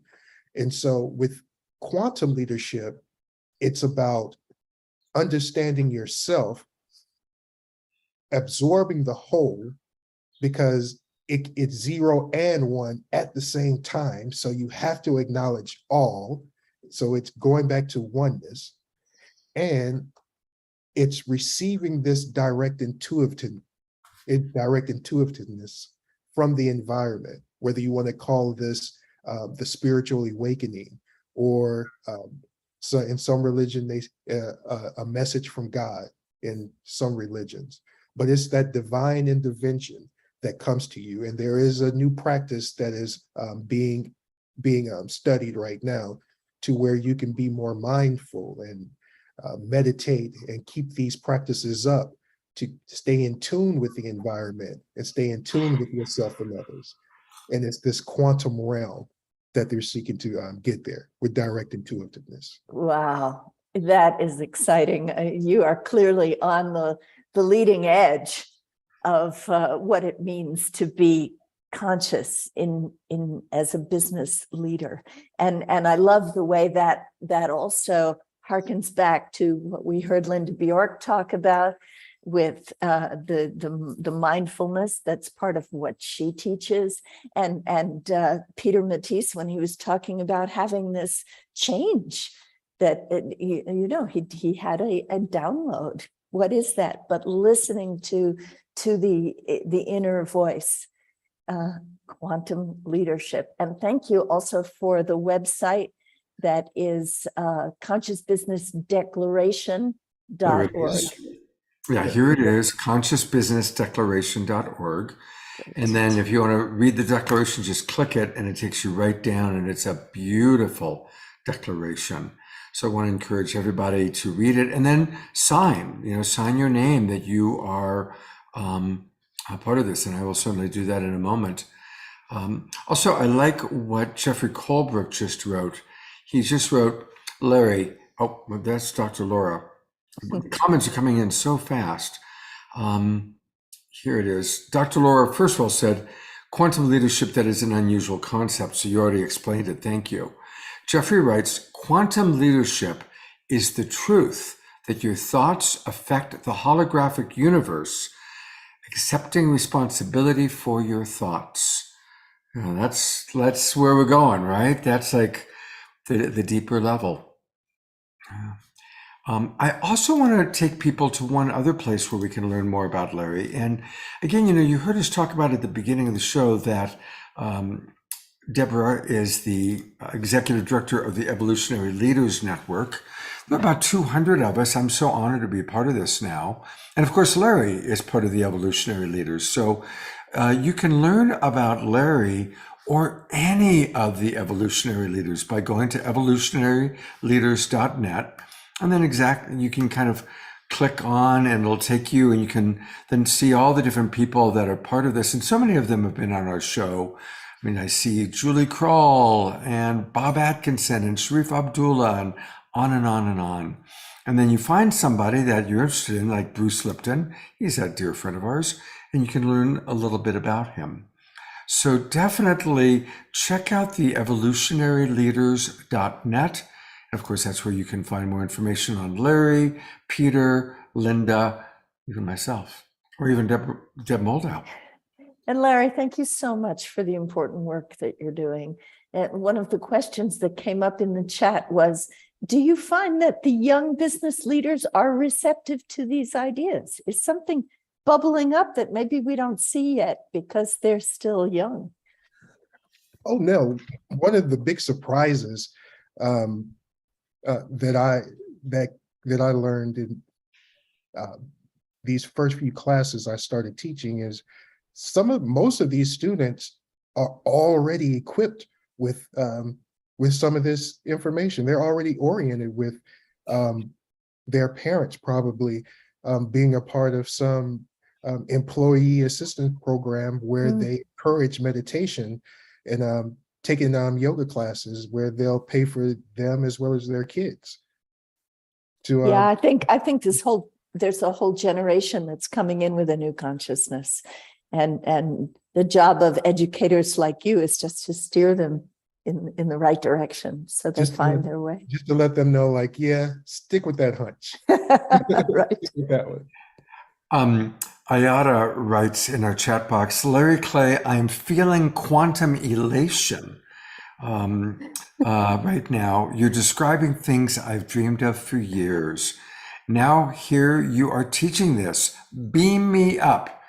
And Dr. Laura says, Ayada, I'm feeling entangled with your elation. So we have a quantum audience here. we absolutely have a very quantum audience. Well, we already are 30 minutes over. So yeah, because everybody, it's so fascinating. Larry, thank you. We're going to hear from your compadre, Steve Farrell, a little bit later tonight. So he spoke highly of you when I spoke to him. So thank you for being with us. And Deborah, I am going to bring on Fumi and Dot Maver. These are two women that I have so much respect for. They've been on The Awakening World a few times. And they are both, of course, Dot is part of Evolutionary Leaders Network. Fumi, one of the greatest, in fact, probably the best gift I've received in the last several years was when I got my very own peace pole. And God bless Fumi, she had to send it to me multiple times because I was traveling and the post office would deliver it and I had to sign a thing and I wasn't there, but I finally got my peace pole. So thank you, Fumi. And of course, next week is when we remember Hiroshima on August 6th. And so I'm going to turn it over to these two wonderful women to share with us about some very important events taking place next week that I really hope all of our Global Peace Tribe participants will be attending and participating in. So go ahead and take it away, Dot and Fumi. Well, thank you, Scott and Deborah, for inviting us and hosting the show, and to all the conscious business leaders for your passion and wisdom. And I think we are in good hands moving forward. So thank you so much. And yes, 2022. This is 77 years after the bombings of Hiroshima and Nagasaki, and we still have not learned our nuclear lesson. We've got 13,000 nuclear warheads on the planet, each one more powerful than the bomb that fell on those two cities. And we're 100 seconds to the doomsday clock, to midnight on the doomsday clock. And, with the Ukrainian war now, that we're so much closer to nuclear holocaust than we ever have been. So this is a really critical time. And in the urgency of this moment, Bishop Swing from United Religions Initiative is calling us to honor Nuclear Prayer Day on August the 6th, so that we can all raise our voice and our hearts for a world free of nuclear weapons. And it is time we all get serious about moving from a culture of war to a culture of peace. So there are a number of events taking place around August 6th. August 6th in Japan falls on our August the 5th. So there are events starting on August the 5th, moving into August the 6th. And I'm so proud to represent May Peace Prevail on Earth International. Our members in Hiroshima on the ground will be live at Hiroshima Peace Park to host live from Hiroshima. And what is so special about this live program is that we are all invited to join the 1 minute of silence that is observed every year in Japan at the exact moment the atomic bomb was dropped at 8:15 a.m. in Japantown, which is our August 5th at 7:15 Pacific. And Dot Maver, who's here with me from Global Silent Minute, will lead that 1 minute of silence. So it's a very special moment. That's the highlight of our event.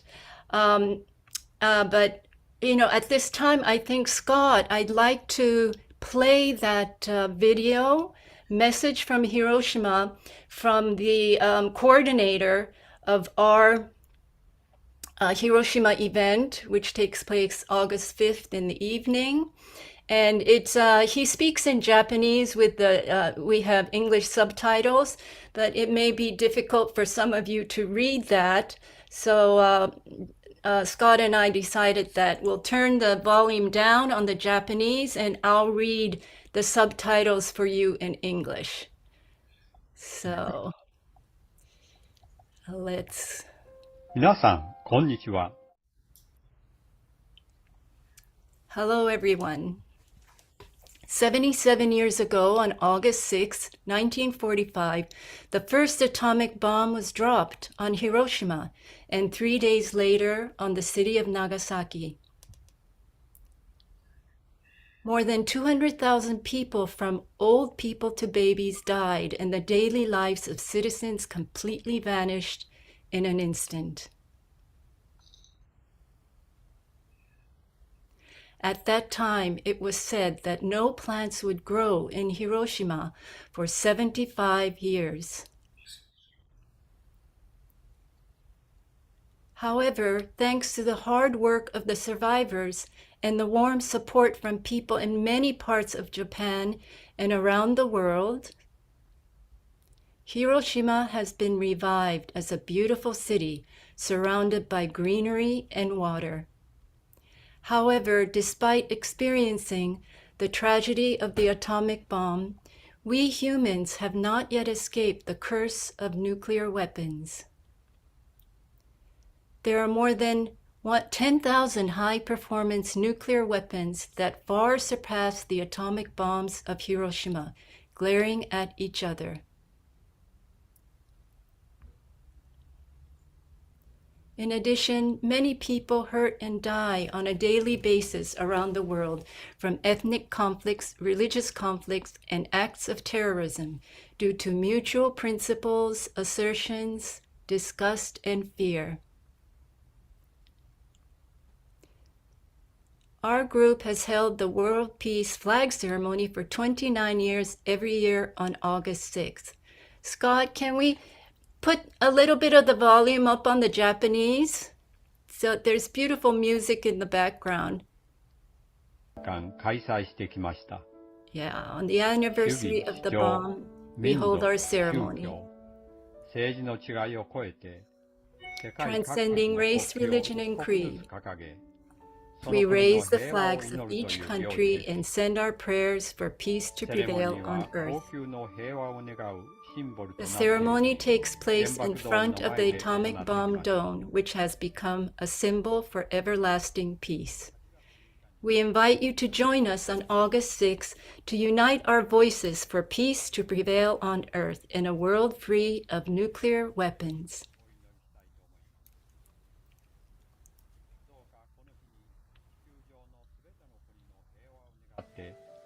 皆様と一緒に祈ってまいりましょう。 Let us together send our prayers for peace to prevail in every country and region on earth.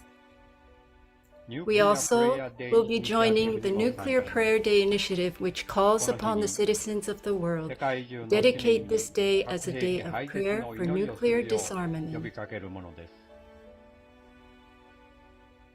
世界人類が平和でありますように。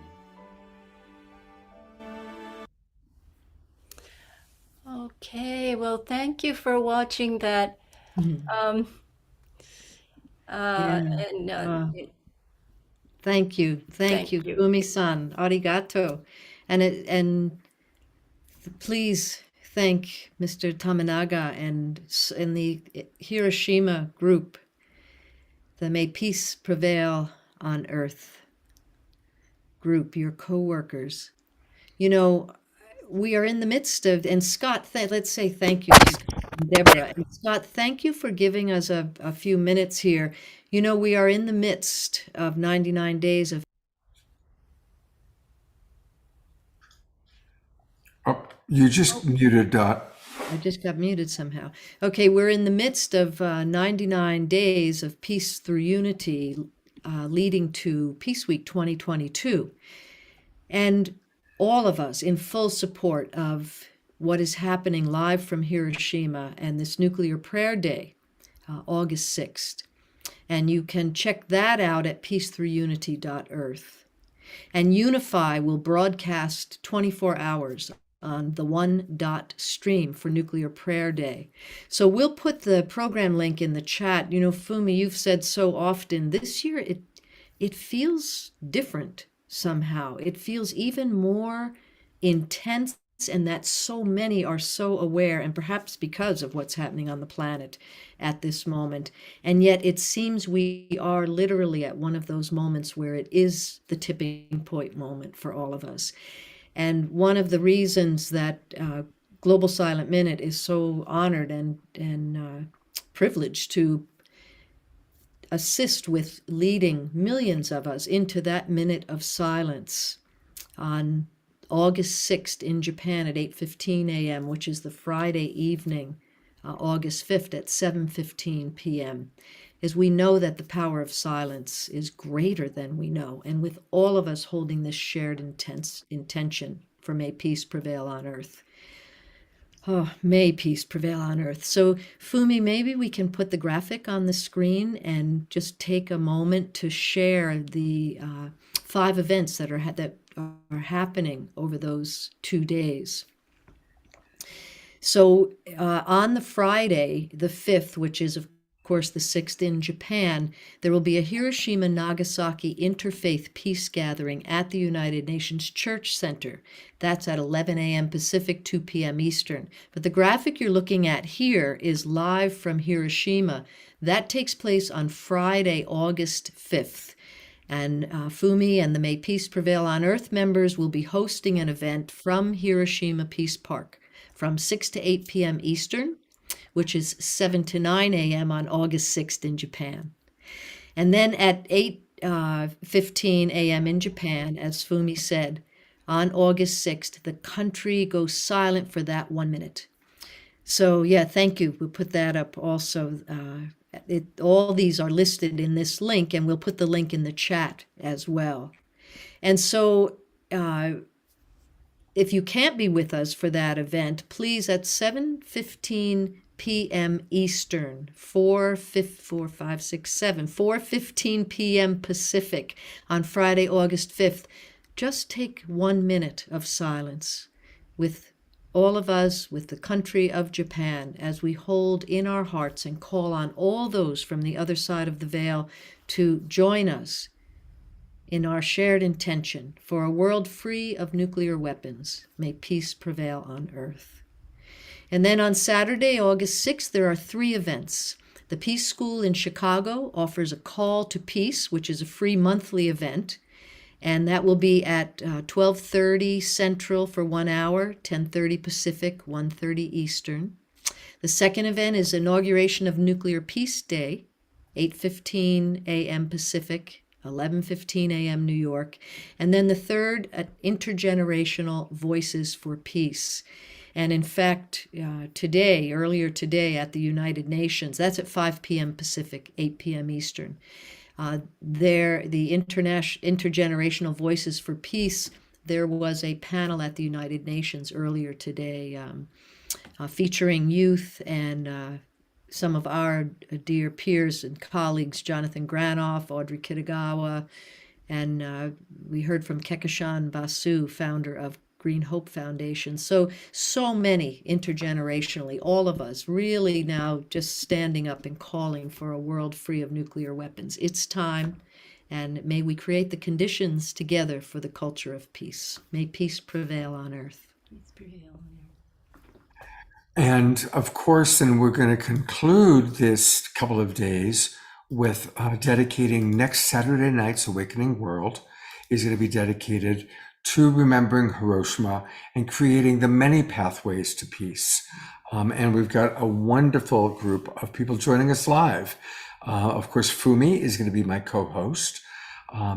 Chief Phil Lane Jr., and we love Phil, one of our favorite presenters. He hasn't been on Awakening World for several months, so it'll be good to have him with us. Jonathan Granoff, who has just a beautiful heart and is wise. And I loved what he created recently for the 99 Days of Unity. He created 99 prayers, 99 different spiritual blessings, if you will. And then Tez Gabriel is going to be with us, and she's going to lead a prayer for peace. Barbara Newsom, Jennifer Kim, new friends coming on. And as always, music. We're going to have Ivy Hilton providing a beautiful piece. Poetry from A. Marie Brown, Tammy Briggs playing harp, and always Omashar and Fanny and Vigari are coming back. So we're really going to balance out the prayers, the visioning with music. It's going to be a beautiful, beautiful evening 1 week from tonight. So please do join us. As Fumi makes her debut as a co-host of the Awakening World. I just learned of it now, so I have a week to prepare myself. Ladies, thank you so much. I want to put in a special request to everybody who's listening to this appeal, because I just sent in a prayer to the Voices for a World Free of Nuclear Weapons for this occasion. And I don't think it was until I spoke my prayer from my heart that I realized how deeply this issue touches me. So I really want to encourage everyone who's listening to say your own prayer for a world free of nuclear weapons. This could be the shift that humanity needs in order to reach our next level of consciousness and co-create a culture of peace.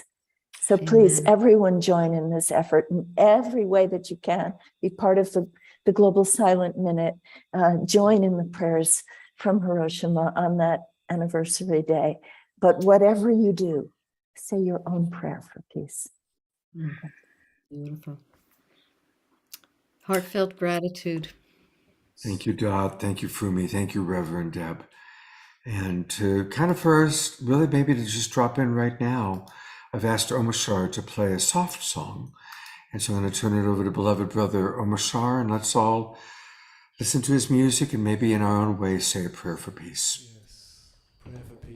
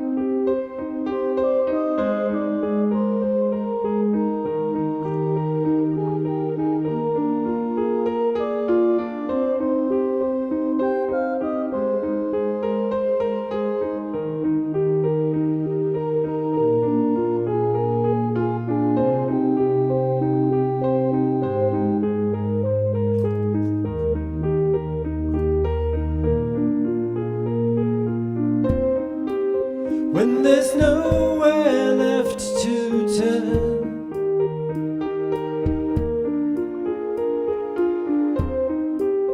and you're feeling kind of low, slow down,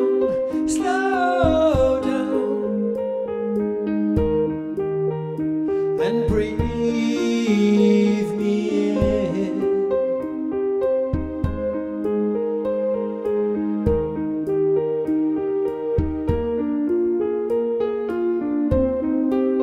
When the smile has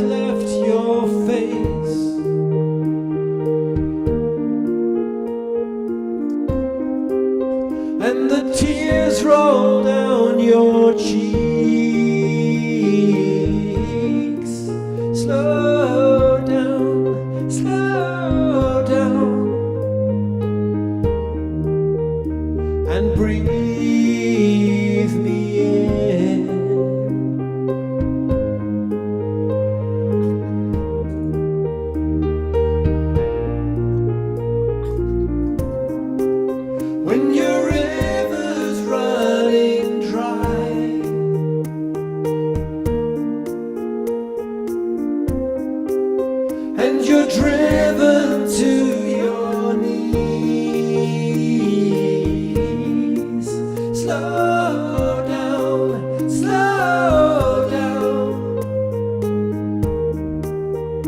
and breathe me in.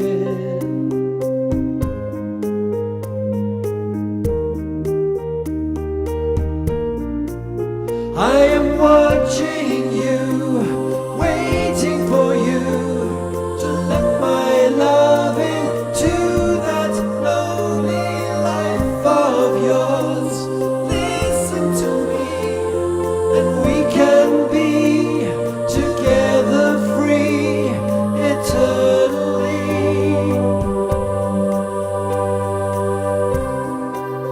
La, la, la, la,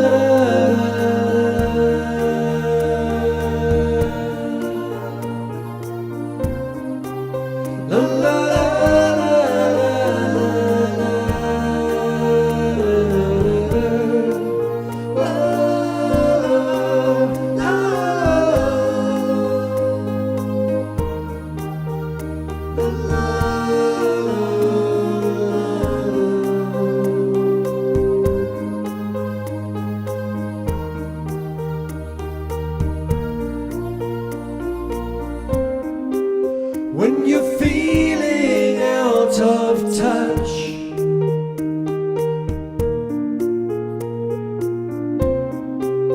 and you need someone to hold, slow down,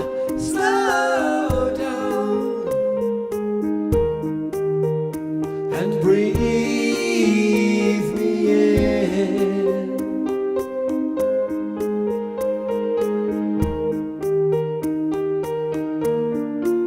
Slow down,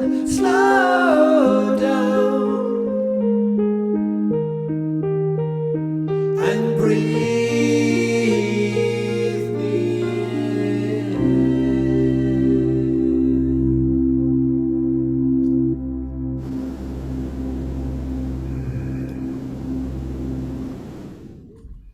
Thank you so much, beloved Omashar. And, you know, a reminder, everybody, that you can get more of Omashar if you go to his website, omashar.com. And then right here, just click on his YouTube channel. And he's got some really beautiful, some of his favorite songs with beautiful videos. And so this is how we get Omashar during the week. You can get him on the weekends through the Awakening World, but you can get him during the week that way. Thanks for the gallery share view. That was really touching as well. Thank you. I always love seeing everybody kind of right? moving to the music. And Thank you so much, you know, Joe. thank you to those of you who are moving to the music and allowing us to have your cameras on. It's really lovely to have. Thank you so much. I want to read something that Dorina just wrote, and then we're going to hear from Swami Beyond Ananda and his alter ego, Steve Behrman. Dorina, who's writing to us all the way from Ecuador, she's a regular, says, thank you. Let's include in our prayers not only the victims of Hiroshima, but also of Fukushima, Chernobyl, and many other nuclear disasters, and envision a future where no more nuclear weapons or facilities will be part of our reality. So thank you for that reminder, Dorina. Thank you. Yeah. All right, I'm going to turn it over to Rev Deb to make a very special introduction. To a very special evolutionary leader. So welcome, Steve Behrman. I understand that there are two of you here this evening, and that Steve would like to make a few remarks before we introduce the Swami. Well, thank you so very much. You know, it's wonderful to be given the opportunity to be here. And thank you so much, Scott and Deborah and Larry and Linda, for showing us that conscious business is not an oxymoron, but a key to our survival and thrival. And thank you for letting me be a split personality today. Often I'm as channeling Swami Beyond. Right now, the Swami is channeling me, okay? So on the slightly more serious side, as you may know, I collaborated with Bruce Lipton on a book several years ago called Spontaneous Evolution, our positive future, and a way to get there from here. And when we wrote the book in 2009, we thought of spontaneous evolution as a noun in the future, and now we recognize it as a verb in the present. It's happening right now. And so how do we get from where we were to where we need to be? And in the final chapter of the book, Bruce and I offer a 3-step program, which, as you know, is guaranteed to work 4 times faster than 12-step. And the 3-step program was evolutionary awareness, evolutionary intention, and evolutionary practice. Well, the awareness is there. The fact that this whole event is about conscious business, there's definitely the indication that we're aware that we do need to evolve into being the human beings that we're meant to be, become humankind through the practice of human kindness. Then there's evolutionary intention. And there are so many people who are recognizing that they want to be part of what the Swami would call the Great Uprising, where we wake up, wise up, grow up, and show up. We wake up to the illusion of separation. We wise up to the power of love and coherence. We grow up to be the purposeful people we were meant to be, and we show up on a new playing field, ready to play a new game, thrival for each and all. There's the other aspect of evolutionary practice, and I'm so happy to say that as my serious work is continuing, I'm collaborating with 2 amazing people. You'll be hearing about this, I think, in the next several months.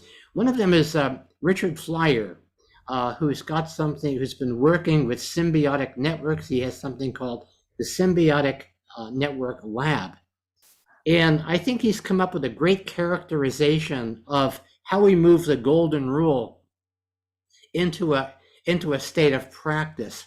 And he calls it, he takes the word symbiosis, which means mutual benefit, and he's turned it into intentional mutual benefit. And so I'm excited that the spontaneous evolution work is continuing in bringing practical evolution as well. The other project that I'm very excited about is, and you're seeing the background of it right here, this is the official 12 Habits of Unity background. My colleague Elaine Park has written a brilliant and playful book called The 12 Habits of Unity, and this is about taking the golden rule and turning it into monthly habitual practices. So I'm really excited about the blessings that I've received in finding these people who I think have very important keys to bringing the evolution now. Now, I know that you want to see the Swami, and the Swami is waiting, but we have to bring him on. Okay, you have to officially bring the Swami on. So what I'm going to do is I'm going to turn the camera off, and I'm going to begin singing, and I'm hoping that you will sing this song with me, okay? And when I turn the camera back on, I'll be gone, the Swami will be here, okay? So please stand by. Here comes the song. Swami, how I love you, my dear old Swami. I'd give the world to see the smiling face of Swami beyond Ananda. We're here waiting for you, waiting for you. Where are you, Swami? The folks out here can't wait no more, so walk right through that Swami door. Oh, here I am. Hello, everybody. Okay. Welcome, Swami beyond Ananda. That's very good. It's wonderful to be here with you at this great evolutionary event at a very, very important time in history. You know, people have been wondering, the age of Aquarius is supposed to be here, and we seem to be stuck in the age of Nefarious instead. Well, do not fear, because the golden rule will overrule the rule of gold. And as several people have mentioned, we have been burdened by living thousands of years under the rule of the lowest common denominator. And so that has left a lot of residue on the planet. And so as we are in this moment, we have to ask the question, can we undo the doo-doo that has been done, or will the done doo-doo be our undoing? And the key to this great undoing of the great undo is recognizing the oneness. And part of this is partially an event co-sponsored by Humanity's team, and they have World Oneness Day and so on. And it's very, very important that we recognize that we are all one with the same one. And yet each of us is totally unique, just like everybody else. So in this time of great uprising, we need visionaries to counterbalance all of the divisionaries that are out there. And we need more of these positive circles to go around in. We've been going around in circles otherwise, so why not go around in circles with the positive circles, with the evolutionary circles, with the circles of synergy. And by the way, as you know, there is no sin in synergy and no harm in harmony. So I want to ask you, Deborah, if you're there, do you have any specific questions for the Swami? I do. I always have questions Am I for the putting you on the Swami spot? because I so respect the Swami's wisdom. Nope, but you're muted. I know you're immutable, but you're apparently mutable You right can't now. hear me? No, she's not muted. She's not muted, Swami. Were you saying something? Yes, you can't hear me? But I didn't hear it. Uh-oh. Can you hear me now? Okay, well, I will have He's to not translate. hearing me. I will, He's not hearing me. How can I ask a question of the Swami? I'm sorry. I cannot hear. I cannot hear what you're saying. Is your sound on? Yes, her sound is on, Swami. Steve, it's on. So there must be a. No, I'm not hearing because I don't have my sound on.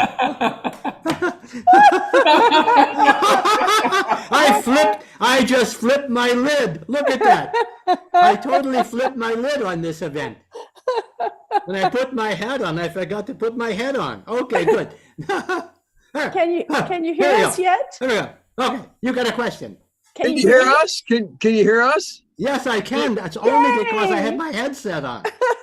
I thought I had my proper mindset, but I needed the headset with the mindset. Okay, yes. We might have to go non-local. It's the Quantum Swami. Okay, what is the question? All right, the first question is the most important one. Okay. So what can we do, Swami, to achieve world peace? What can we do to world peace? Well, all of the inner peace that we're cultivating inside, it's time to let it out and declare all out peace. Because again, we are calling this intentional evolution. You can call it heaven on earth, and heaven begins with us, right? This is the time we say, why don't we go for heaven on earth just for the hell of it? So the way that we create world peace is we begin to live that from the inside out. We begin the practice of heaven on earth. We begin to practice the golden rule. We begin to treat other people as if we intentionally want benefit for everybody. It begins with each of us. And then when we achieve uncritical mass, where we stop criticizing each other, we will create non-judgment day, right? And on non-judgment day, everybody will win a beauty contest. Perfect. So we've been talking about business this evening. Yes. So what do you think about business? What do you think about what business has done in the past and what's possible for business to do in the future? Well, we've certainly seen a lot of extraction. We've seen a lot of, we have a system that seems to be stuck in greed lock, where greed seems to have a lock on the corridors of power. And this is, again, intentional mutual benefit. We need to actually create small synergy circles and then begin to weave these circles together in functionality and ask, how can we be of service? Because so much has been about taking, and the real thing is about giving. If everybody gave, we would have more than enough, wouldn't we? Right? So we have to actually begin to see that this begins from the inside out. The heaven on earth is from the inside out, and the best way to get to heaven is by starting there. So I have one last question for you, Swami. Thank you. And that is for the Global Peace Tribe that is listening this evening. what are the things that we can do as a tribe to bring forth this new kind of consciousness? Well, I think one and thing break that we, through the gridlock. well, one thing that we can do as a tribe is recognize that each of us has a special gift. Everybody we've all been given a special gift just for entering. And part of this great uprising is evolving ourselves from children of God to adults of good, and asking ourselves, what is the good that is inside that we can share with everybody outside? Because that is really the fear. You know, we actually have two choices, right? We can feed the wolf of fear or the wolf of love. And the choices are, unfortunately, we are in a position where many, many people are afraid that there's not enough. That is called scarcity. What we need to do is create abundance. Abundance is where we all get up off of our assets, move our buns in rhythm and flow, come together to turn the funk into function and leave the junk at the junction and leave a better world for our children and their children. The wisdom of Swami Beyondananda. Thank you. Namaste. Namaste. And namasko. Bye. Well, while Namaste, Namasko is going, here's his website. And it's a great website. It's called wakeuplaughing.com. And he's got all sorts of wonderful, wonderful videos, and his radio show and all sorts of really fun stuff. And you can become a patron, just like we became a patron of our wonderful Tatiana Speed. You can become a patron there. And I really want to encourage people to get his book. If you haven't gotten Spontaneous Evolution yet, it's a wonderful, wonderful book. Written by Steve and of course Bruce Lipton. And I'm gonna replace myself with the blank space there. There we go.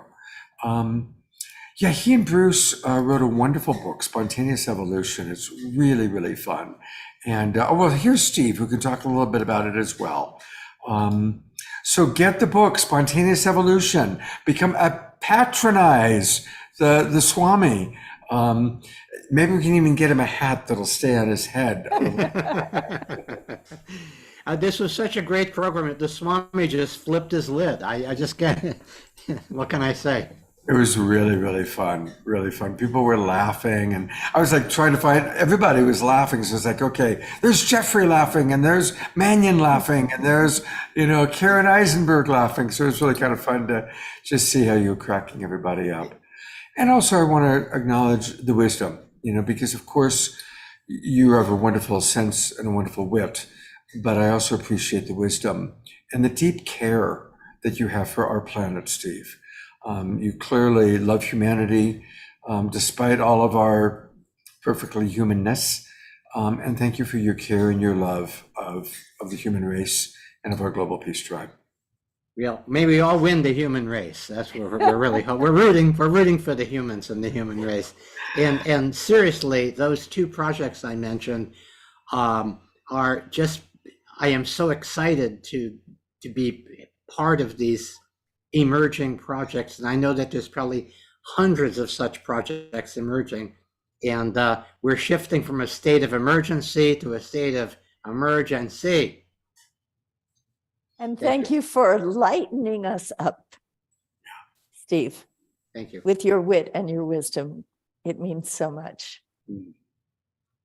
Beautiful. Thanks for having me. Thank you, Steve. See you soon. We had a wonderful special event. Our very first Global Peace Tribe special event was Swami Steve and Louisa Stowe. And they went back and forth between her music and his comedy. And it was a wonderful, wonderful evening. And then we also had an evening just with Steve. That was a big hit. Oh, I've been a fan of his for so long. I just loved, the first book I read of his was Your Karma Ran Over My Dogma. No, actually, am I on here? Yes. I think it's called Drive Your Karma, Curb Your Dogma. No, it's Driving Your Own Karma. Driving Your Own Karma, Tour Guide to him. See, I never know my own books. That's But it. my It was a comment ran long out. Yeah. time ago, but Yes, it it's was. hilarious. So I recommend Spontaneous Evolution, but also all of the work that Steve Behrman has put out. So definitely check out his Thank you. website.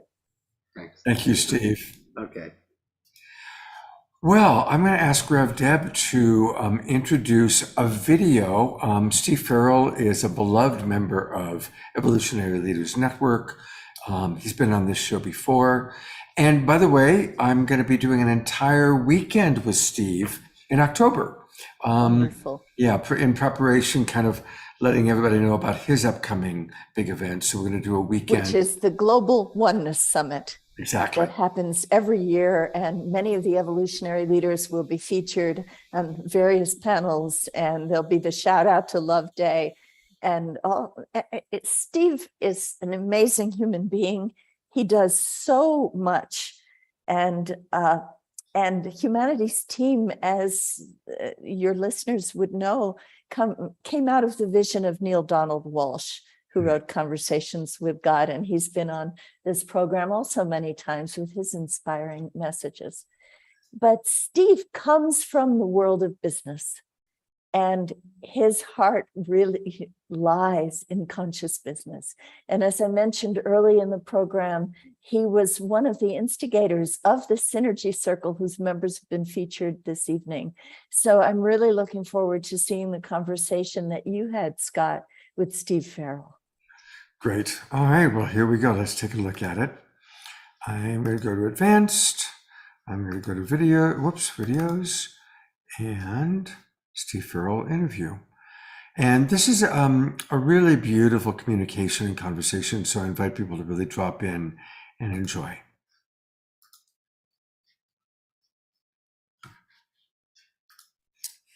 Steve, thank you so much for taking some time with us. And let's just start with, how do you see conscious business evolving? What are you experiencing? Well, let me first say, conscious business, it's been something incredibly important for a long time. And now I want to just say it's really urgent. And I'm going to guess viewers, you all can feel into that too, as we look at climate change and these things going on. We don't have the luxury of a year from now, 3 years from now. We really need to get on this now. The pivot needs to begin now. This whole growth at any cost thing that is still the primary model out in the world, where business is really the most powerful institution on the earth. It is. If we stop and think about it, our business leaders are held up in our culture and with great esteem. Our paychecks, the economy, right, is tied to global business. So where business is in the driver's seat and it's driving the train here, boy, it better be conscious, right? Because if it's unconscious, not mindful of these things that we know to be conscious connection, oneness, this whole interior thing, that will have happen what's happening now, where we're fouling our planet, treating the earth like a refrigerator, saying, hey, that we need to get that top line growth up, that bottom line growth. Even youth, go to TikTok and look at these videos and things. And most of them are about, boy, this is how you can manifest, and you train your subconscious to do this. And this is how much money I made. I mean, really? In today's world, with the smoke and the fires and what's happening here with the weather and so on, that we're going to go there, and kind of have a party on the Titanic? Here's the good news is, it's said that we're more than halfway there in terms of really achieving a conscious living on the planet. The hardest part is maybe behind us, because these notions of living consciously, this connection and oneness and interior thing, these things are now out in the world, where we can go anywhere in the world and nobody looks at us cross-eyed. However, we haven't made this the central organizing thing. We're not self-identifying as conscious people or as conscious businesses. And this is that part of the hill that we need to climb now, where we just bring to business what we viewers are doing in our own life, as we're living consciously, where we're even now, where it's more of a heart and soul thing or right brain thing. that where we're looking out on the world, we see the sacred, right? We're in service to the sacred. There's connection, there's responsibility, there's positive action, and this is what we're doing at work. So now, and I've gone on too long here, so I'll stop in a second. But a lot of people, as we know, are leaving now these jobs where they sense that there's not the meaning. It's not purposeful. I need to, coming out of COVID, I need to do something that's more mindful, purposeful, meaningful. So there's good news here, but we've got to really just crank it up into fifth gear and drive into this whole conscious business future where business can, in the driver's seat, is doing things that are modeling where we want to go, not the opposite of that. Well, first of all, Steve, you're not going on too long. Everything you're saying is really valuable. This weekend, we're really highlighting the synergy circles. So can you tell us a little bit about the synergy circle for conscious business, and then how people can relate to it or work with it that are not part of the Evolutionary Leaders Network? You bet. So when we created the Conscious Business Synergy Circle, the thing that we built it around is this Conscious Business Declaration. So, and if you're not familiar with it, just go to consciousbusinessdeclaration.org and you'll see the whole declaration and the partners that are involved. So back in 2015, Humanities Team, our nonprofit organization, we reached out to Irvin Laszlo in Europe with his Club of Budapest, to Hiro Sianji with the Goi Peace Foundation in Japan, and then Chris Laszlo with the Case Western Reserve University, also here in the United States. So 4 NGOs. And we said, back then, 7 years ago, we said, let's create a conscious business declaration, because these models that are, that most of us are aware of, B Corp, conscious commerce, things like that, they take us steps in the right direction. They're positive steps, of course. The PPP, people, planet, profit, good stuff.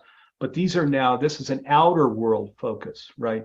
And when we talk about conscious business, though, what conscious business is, conscious living, conscious business, conscious is now bringing an ultimate reality. What science is now affirming, we can see it everywhere.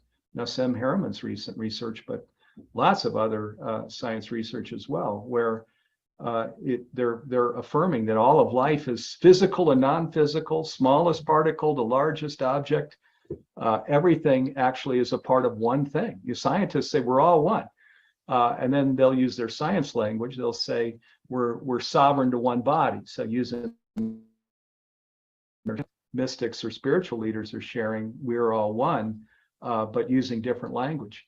And so now, if this is true and we're all one, then these things that we're all naturally doing, where we're looking out on the world, we see the sacred, we live in this place of connection, right? We in a place of connection. Now, when we talk about conscious business and this interior things going on, our being state is affected. Then we can't. The notion of, well, let's get a GMO going because there's a nice market niche, or boy, there's this fossil fuel opportunity. Let's get on top of that one. Or we can. There's this way of fishing where we can capture even more of the species and make some really nice profits. We can't do these things, as you know. We physically, emotionally, spiritually, we can't do these things. So, because in conscious business, this whole interior thing is going on, and there are 2 litmus tests, not one. So, and the first one is if I start this business and we do this, create this product or create this service, are we going to create a more healthy, sustainable, and flourishing planet? And we have to get a yes. And then we get to the second question of, is there a huge market niche here that we could develop and make some, there's some revenue and profit opportunity. And then we get 2 yeses and we start that business. Where we start that business, we're not going to have time to get into this, but boy, conscious businesses can really go places in today's world.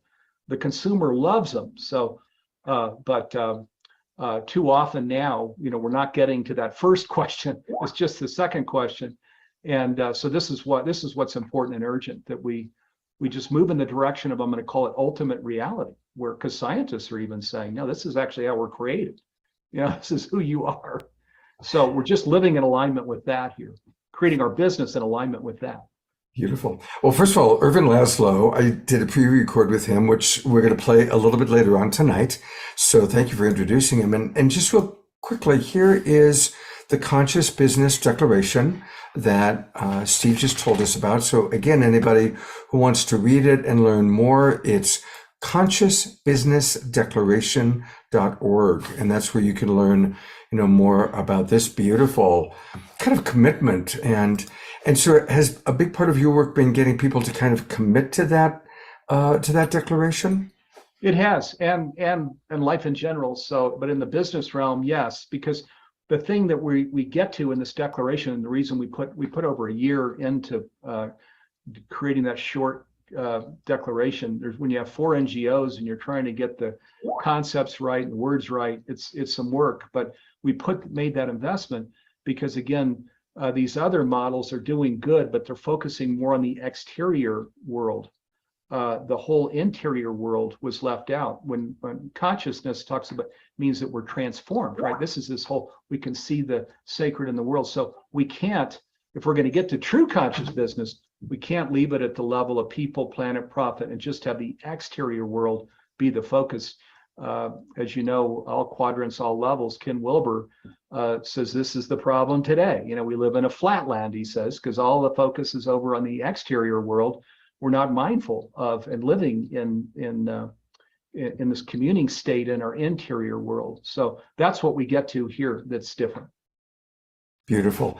I'm going to just remind people again that this Conscious Business Synergy Circle, to learn more about it, if you go to evolutionaryleaders.net or if you go to the Synergy Circles page, which we're putting into the chat box, and that's where you can learn a little bit more. And of course, tonight we've got Peter and Kurt and Deborah and Larry Clay all with us, as well as, of course, Steve and the video of Irvin Laszlo. So how can people watching, what would you recommend for them to do? How can they participate either in the Conscious Business Synergy Circle or in Humanities Team?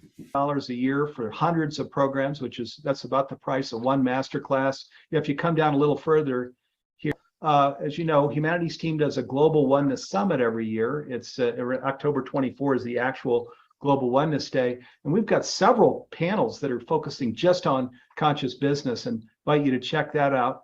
And then finally, on the Humanities Team website, when you come down, we created this revolutionary conscious streaming platform. It's called Humanity Stream Plus. You can click on it and go in and see these hundreds of programs there. And then it breaks it down by subcategories when you look at come down that Humanity Stream Plus page. The very first subcategory is business and leadership. So click on that. You'll see incredible programs, including my own. I've got a conscious leadership program. There are other conscious leadership programs that you'll see. It's $399 a year for hundreds of programs, that's about the price of one masterclass. If you come down a little further here, Scott, and just keep coming down, you'll see by category. There you go. Oh, wow, right. Business and leadership. So you can click on business and leadership. There are hundreds of programs in here, and it's $399 for a year. And then you, of course, buy it for your own subscription to access these hundreds of programs, the one with Neil and Michael Beckwith, Bernard Beckwith, and Nassim Harriman and Greg Braden, and hundreds of programs. But it also, you gift a free program to somebody underserved, underprivileged that couldn't afford otherwise to have a streaming platform like this in their home. Education is always central to social change. And we created this revolutionary streaming platform, which we're going to bring the price down on for this very purpose. So it can be in every home, in every major language. And when we talk about healing trauma or conscious leadership or awakening to our soul's journey or whatever it might be, you can see all of these topics. Oh my God, it goes on and on and on. And you've got all of our friends, all of these beautiful people that most of whom have been on our shows, but some of whom haven't. So this is a wonderful way at any time to come in and look at. I'm really impressed with what you've put together. It's extraordinary, absolutely extraordinary. And it just goes on and on and on with just about every imaginable topic that matters to all of us watching this show. Yeah, it's amazing. Do check it out. and it's inexpensive. As most people are buying at least one masterclass around $400, and here you're accessing hundreds.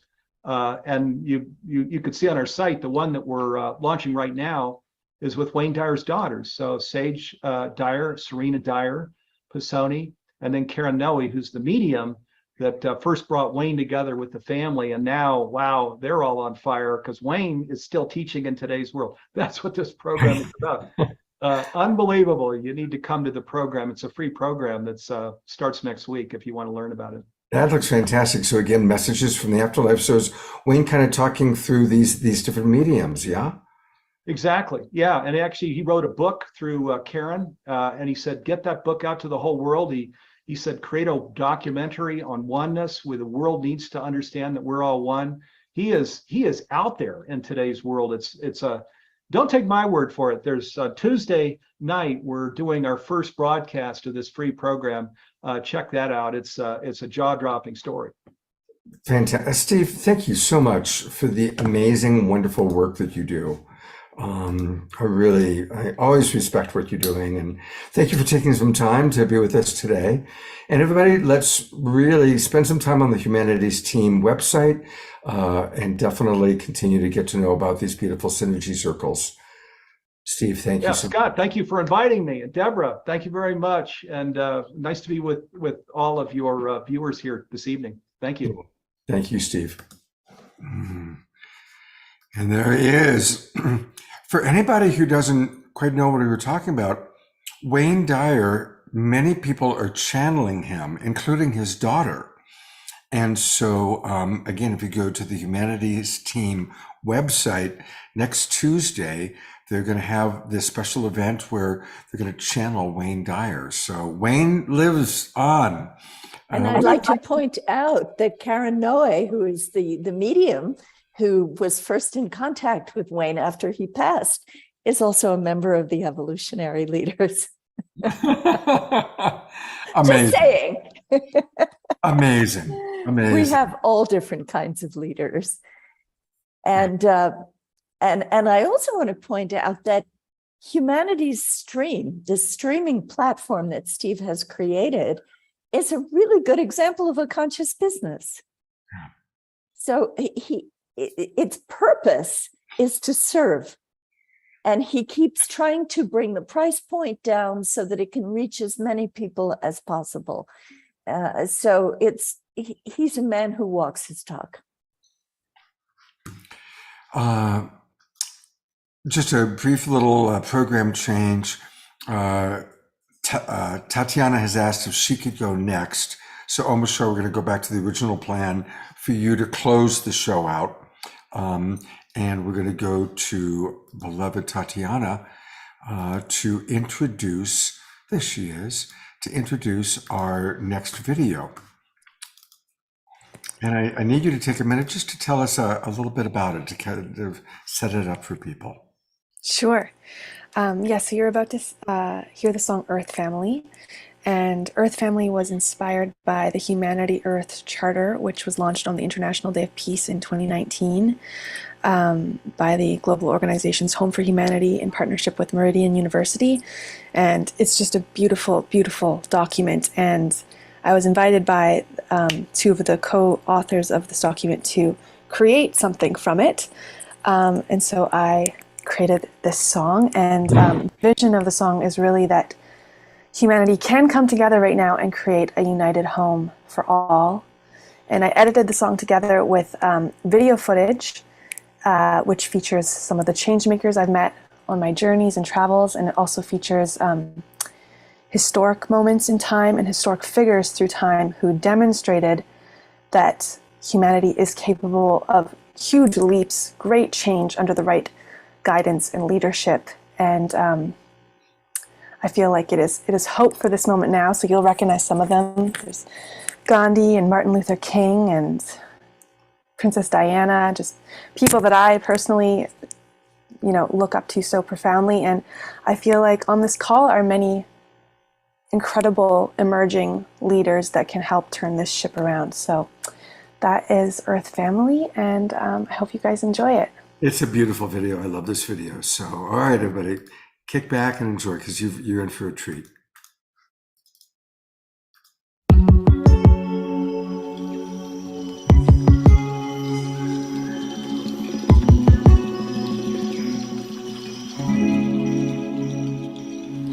Today we come together with a new vision for humanity, to co-create a united Earth family. And with this vision and our shared intuition, we have the potential to bring peace on Earth to fruition. We imagine a world where we take care of all of life, and with this intention we become beacons of light. So let's join together in manifestation to bring about societal transformation. From the heart of humanity, we come together in unity to co-create a united Earth family. From the heart of humanity, we come together in unity to co-create a united Earth family. We come together to unite, we come together to ignite unity between all forms of life. I see the one in the all and the all in the one. Our hearts beat to the same drum. We come together for the fate of the earth.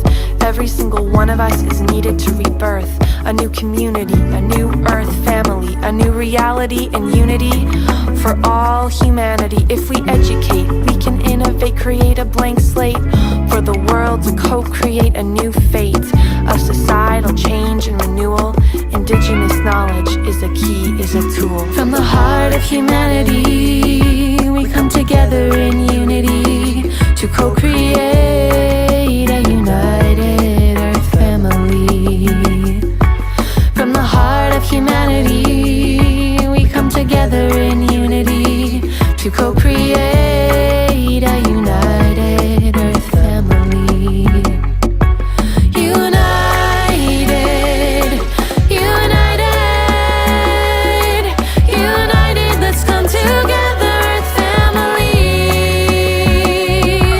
United, united, united, let's come together, Earth family.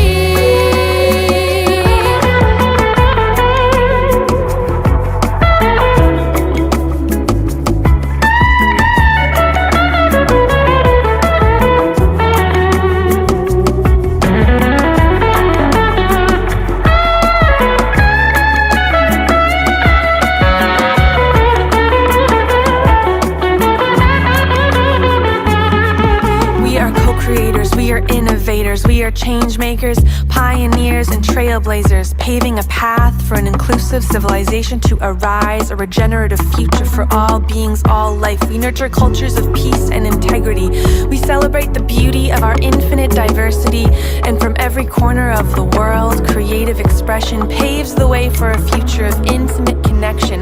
The leaders of today, the leaders of tomorrow, we have seeds to sow, visions to grow, places to go, and now we know it's time for unity to co-create a united Earth family. From the heart of humanity, we come together in unity to co-create a united Earth family. From the heart of humanity, we come together in unity to co-create a united Earth family.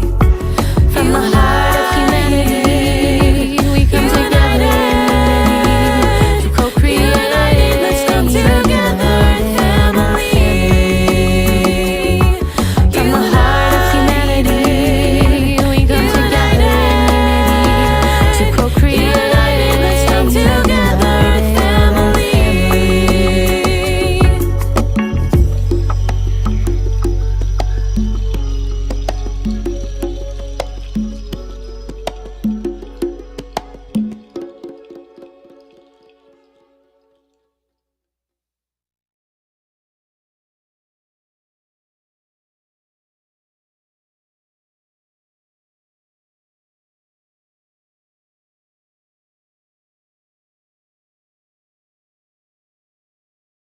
Such a magnificent video. There's so many comments flying in. Great video. Wow, I want it. I'll put the link to the YouTube. We can get this on YouTube. I'm going to read what Dorina wrote because it kind of sums it up. Dorina writes, every time I see, hear, feel this incredible song, message, and video, it brings tears of joy and new hope, deeper gratitude and more love for us all. It sounds like the new hymn for the Global Peace Tribe, the awakening world, and all of us beautiful souls sharing so much inner and outer beauty, joy, and love around the world and beyond. Thank you, Tatiana, Scott, Reverend Deborah, and everyone from Dorina in Ecuador. Oh, that's so sweet. Thank you, Dorina. And that's one of about 20 comments that have come in while this was playing. It's just beautiful. Rev Deb, what comes up for you as you watch this video? Oh, I'm just, not only am I moved by the music and the beautiful singing, but the images of all of those heroes of our present day and the past truly give me hope for the human spirit. If humanity could produce those people, we can produce also the leaders that we need right now, today. I just got full chills when you said that. Thank you. No, that is exactly my vision. I was imagining just like right now, just like thousands upon thousands of Martin Luther Kings, like doing their work and preparing to, and Gandhis and Mother Teresa's. And I think that these leaders are coming and they're here now and they're in development, and yeah. And their spirit is alive in all of us. Thank you, Tatiana, for bringing that forward with your powerful music. Thank you. And one more time, I want to really encourage everybody to support Tatiana. I've joined her Patreon program. I'm very excited about it. So again, you can go to her website. It's her name, TatianaSpeed.com. And let's all support her. Or you can also go to her new Patreon page. And again, I'll pull that up. And I've also put into the chat box her YouTube video. So for those of you who want to, see this again and again, share it with your friends. I've put that in there, and it's so wonderful. And can you imagine how much time it's taken her to edit this, right? A fair amount of time. A lot of time.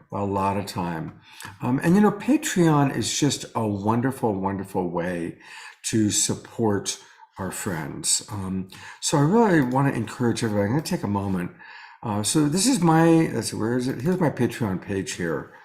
So I just, I'm now supporting Tatiana, but this is how I support Nina Gray, Becky Suzik, Louisa Stroh, Travis Puntarelli, Cornflower. These are all people you've seen on The Awakening World, and I love supporting them on a monthly basis. And what's cool is they know they've got a little monthly income coming in, but they all send out their new videos, their visions, their ideas. Each person's a little bit unique with what they send out. But it's really fun when you're going through your email and you're deleting all the bullshit.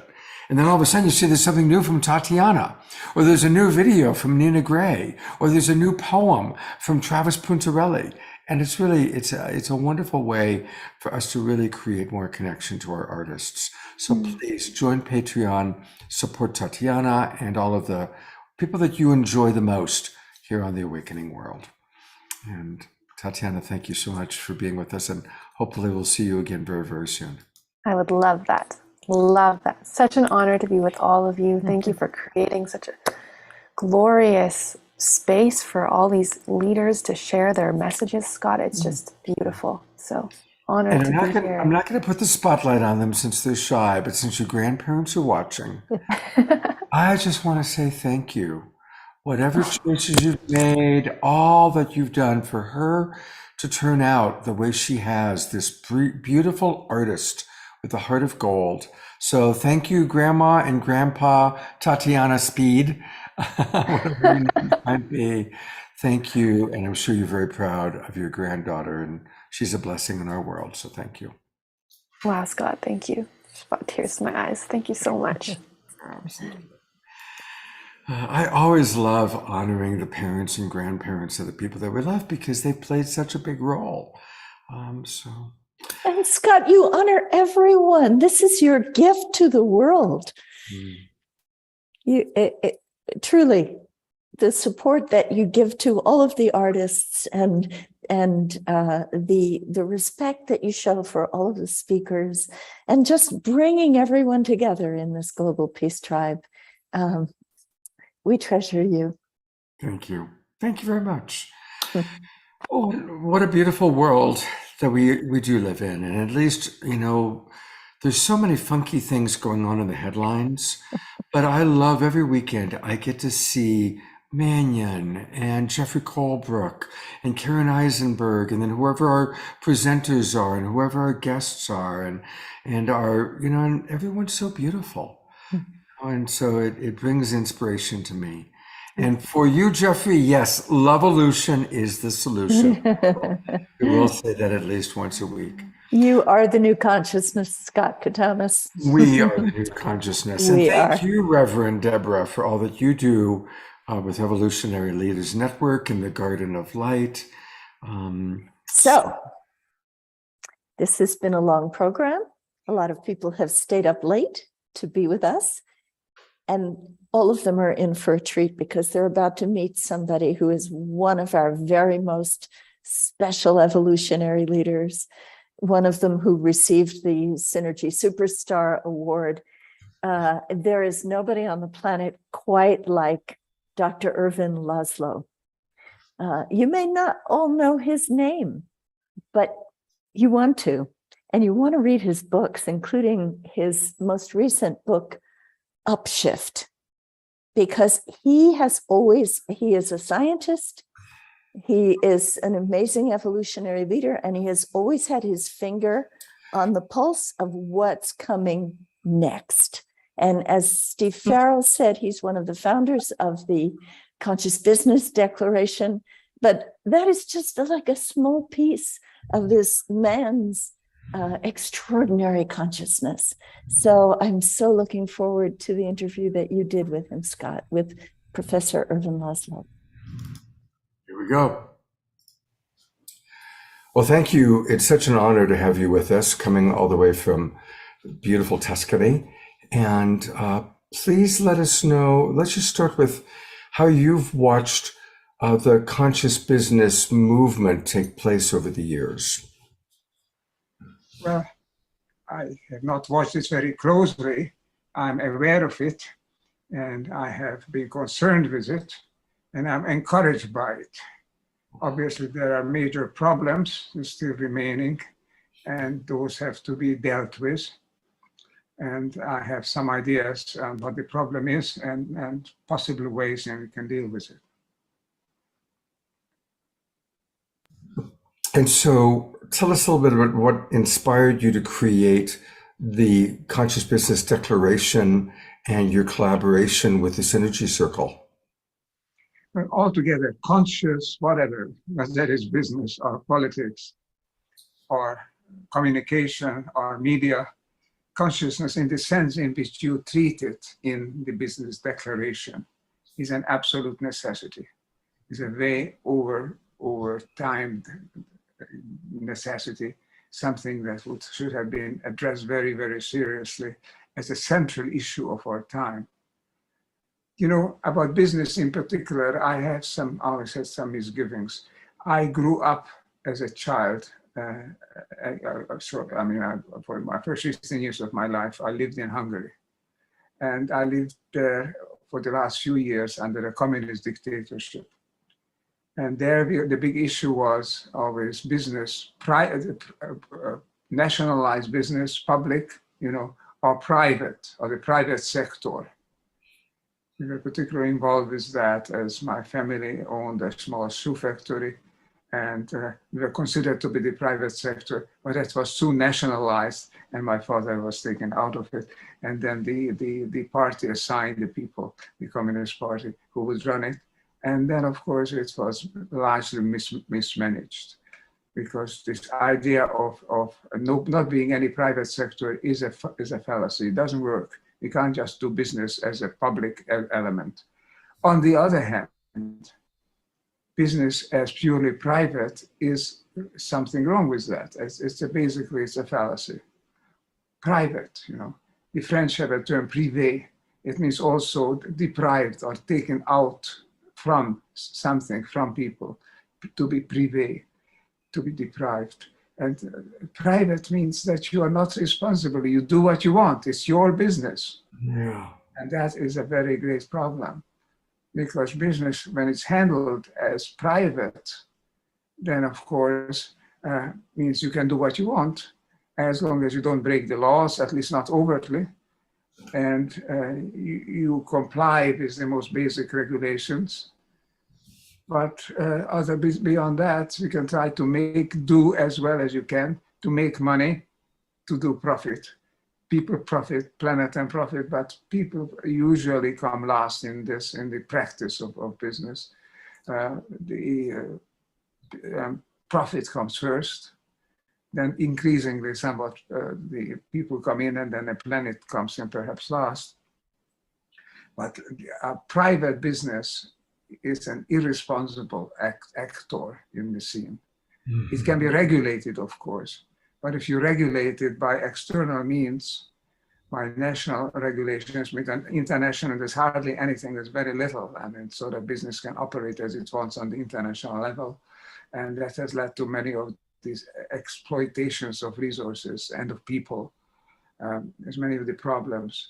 But the business has to be public, a public affair. That doesn't mean in the hands of bureaucrats who are going to use it in the interest of their own narrow political interest, which was the mistake of Marxism, Leninism in practice. Marx has a few brilliant ideas in his young days, as we know, about being a humanist and trying to pull everything together under a common goal. But this did not work in practice, and it's not something good to try to make it an administrative, bureaucratic structure. Business has to be free, but not irresponsibly free, not free beyond the limits. Business needs to operate within the constraints, not of people and of politicians, but the constraints of evolution and existence on this planet. We have way overpassed these constraints. Mm. We have overexploited resources, the environment. We have disbalanced the entire climate tech sector as we now experience all too strongly, actually. And we have created competition and conflict, and sometimes to rather inhuman and rough ways. So business could operate somewhat better, but who can do it? My proposition is that it cannot be done from above, from any from any institution that isn't even a really global set of institutions that are nascent regulations on the international level, but they're not really hemming in, not really constraining business, powerful business. But what we need to do is to allow people to take a part in the running of business, to be a public, to be a private enterprise, not in the sense of deprived from the rest or being separate from the rest, but being in the hands of people who feel that they are part of something. Your business declaration is so beautiful because you talked about being part of a larger unit. And that means, as I come back to this point, I think it's so important, not just having regulators coming in on the scene, but being self-regulated, not purely by intellectual means. I do this because I can make more profit, or I can have more power, greater market share, but coming in on that because I feel that this is the right thing to do. Is this overly optimistic, overly idealistic? If it is, it's too bad, because then business will not operate the way it should in the public interest. I think business people, increasingly now that we have all these challenges, all these crises coming our way, increasingly are realizing the role, the positive, the important role that business can play, and the poor relatively poor role, irresponsible role it has played in the past. Anything goes as long as you can get away with it. That's perhaps the worst of the wrong philosophy. But do it right means feeling it, that it's our job, our task, being part of a larger evolutionary unit, a constructive part. I think the great business leaders in the past have done that, have felt like that. And Andrew Mellon and Dale Carnegie, and Henry Ford, and other people, J.P. Morgan also, they often talked about business as a social agent. And this is, myself, for example, Christopher Laszlo is teaching this whole idea of business as an agent of social benefit. This is cropping up. It has to develop in such a way that it takes over the conduct in business, not just because we are constrained to do something, but because we want to. And that's a big difference. It calls for a new mindset. On my side, I'm trying to develop a new paradigm for living on Earth, which includes a new paradigm for being a business person, being a part of a whole. So that my message is, we have got to change our mind, a new mindset. We can cope. I think we can cope. That's why I think I'm a possibilist. Thank you so much for your beautiful time. And again, everybody, let's all join the Upshift movement. It's a wonderful way to continue to connect with each other and very global, which is one of the things that I notice here. And an opportunity for us to write about too. So thank you so much, sir, for your time and your beautiful dedication to our world. Thank you indeed. And namaste, and all you and our friends of the Evolution Leaders. Thank you for this opportunity to discuss these things. They come from my heart.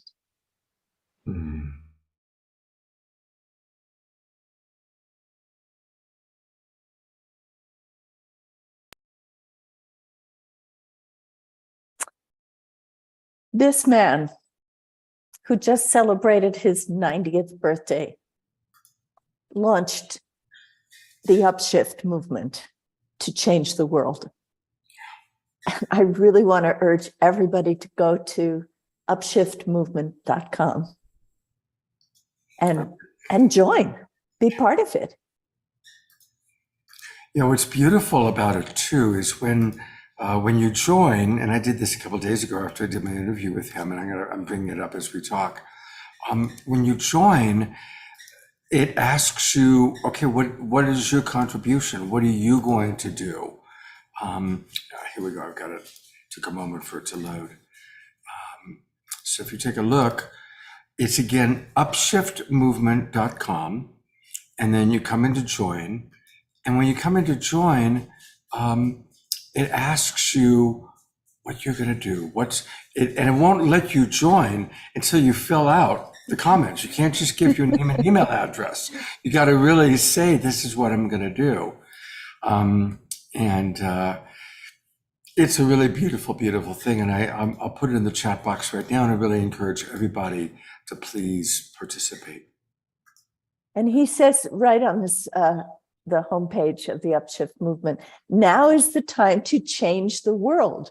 Now, as we emerge from the crises triggered by an aggressive virus, an aggressive political leader, and the irresponsible ravaging of the ecology of the planet. These are crises that shake the world, and they open the way to a new world. That is the spirit of Irvin Laszlo. Reverend Deb, what a beautiful couple of nights we've had. I've so enjoyed it. And I want to let people know before we close out with some Omushar music that, of course, we always have our Sacred Sunday show. And the Sacred Sunday show is again going to be spotlighting a very special synergy circle. And I'll let you talk about that for a moment. Tell us about Artists Catalyzing Evolution. This is one of our newest synergy circles. It's quite different from all of the others, which are all about ideas And this one is different because it's about the arts. And it was founded by someone who is beloved of the Global Peace Tribe, my precious soul daughter, Kristen Hoffman, along with Keishi Chai, who is also an evolutionary leader. And I first saw her on this program as well on one magical Saturday night. And they will have with them two other members of this artist circle, Reverend Retta Morgan, who is a powerful voice, and Kara Stonehouse, who is a very talented graphic artist who's done some wonderful visual work. So it's going to be a beautiful Sacred Sunday. I, as always, will be off singing in my choir, but I hate to miss a program that Kristen co-hosts with you. And we're going to see Kristen do a couple of spontaneous songs, and Keishi dancing spontaneously. And you mentioned Kara. This is some of her artwork. This is one of the things that she's created, and it's a circle of all the different aspects of our new world, and all that we need: visionaries, veganism, peace and spirituality, film festivals, and then all these little images and little thoughts that she's applied to it. And she and Reverend Retta are going to collaborate with Reverend Retta spontaneously singing to some of Kara's poetry. Oh my. Words. So it's going to be it's going to be so special. It's going to be really special. That's tomorrow morning, of course, a Sacred Sunday show. And you know, this is the thing. This is what we were talking about when Steve Behrman was on and sharing Swami Beyond Ananda with us. We need all the color, all the life that the arts bring. And I love the way you always weave the arts into these programs, Scott, because we are not just thinking beings, we are feeling beings. And to touch our hearts, it's important to see the color of what Kara can create and to hear the magnificence of Kristen's voice and others. So everybody, I want to encourage you to be here tomorrow morning if you're not off singing in a choir. And that's 10 o'clock Pacific time, 1 o'clock Eastern. And if you haven't registered, please register so you get the link. Otherwise, all the people in our Zoom room, for example, have registered. That's how they get into the Zoom room. And it's really good to be in the Zoom room. And, next generation is what we're going to be seeing tomorrow. It's the next generation, because most of these are younger people than. And what a special group of people you have in the Zoom room who have been giving us such insightful comments all evening long, and not just thoughtful and insightful, but also supportive and loving and heart-based. This is truly the Global Peace Tribe.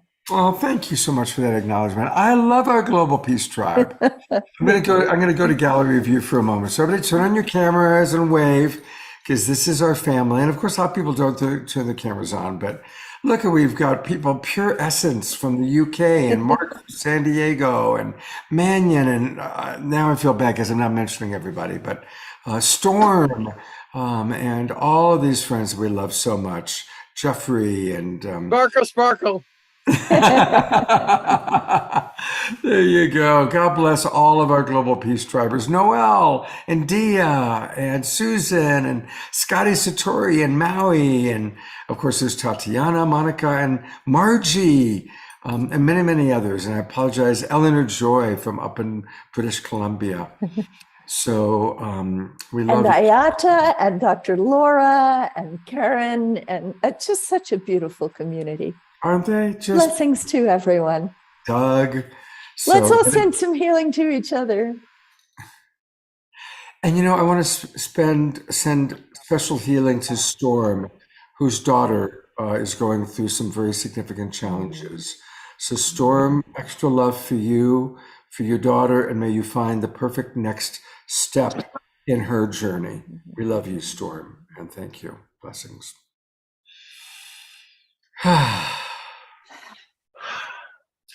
Well, with that, I'm going to put the spotlight on Omashar to complete our beautiful evening with some music. Are you ready? We are. Good.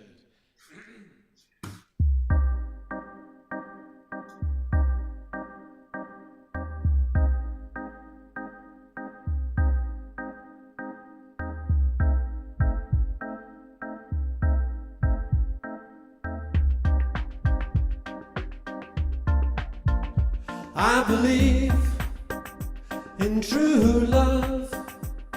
It's opened up my heart, leading me, leading you to new beginnings.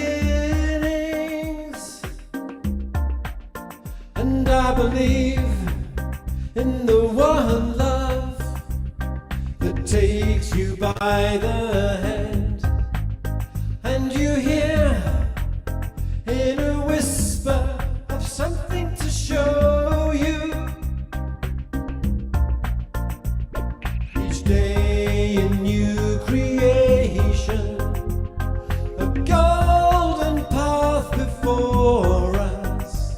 Our angel wings, they open and soar us to new heights of understanding.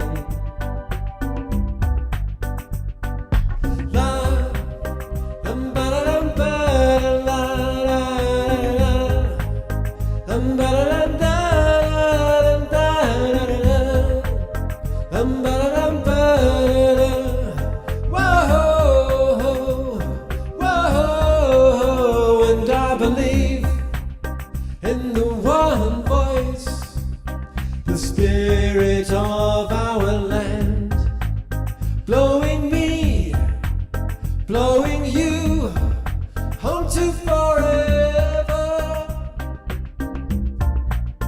And I perceive, not so far away, a world that breathes as one. So I live for this day and no more tomorrow. Each day a new creation, a golden path before us. Our angel wings, they open and soar us to new heights of understanding.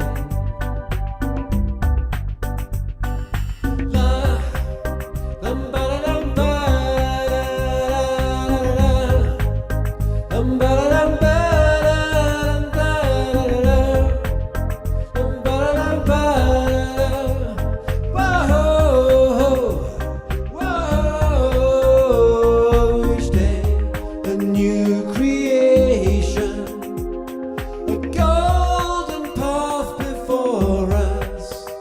Our angel wings, they open and soar us to new heights of understanding.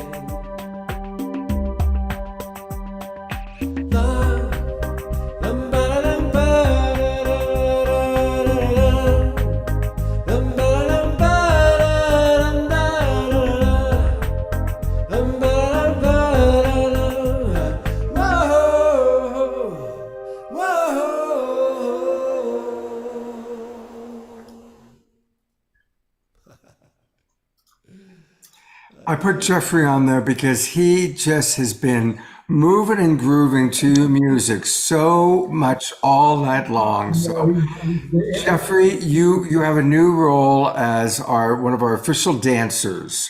Yes. You could be the official dancing with the stars of the awakening world.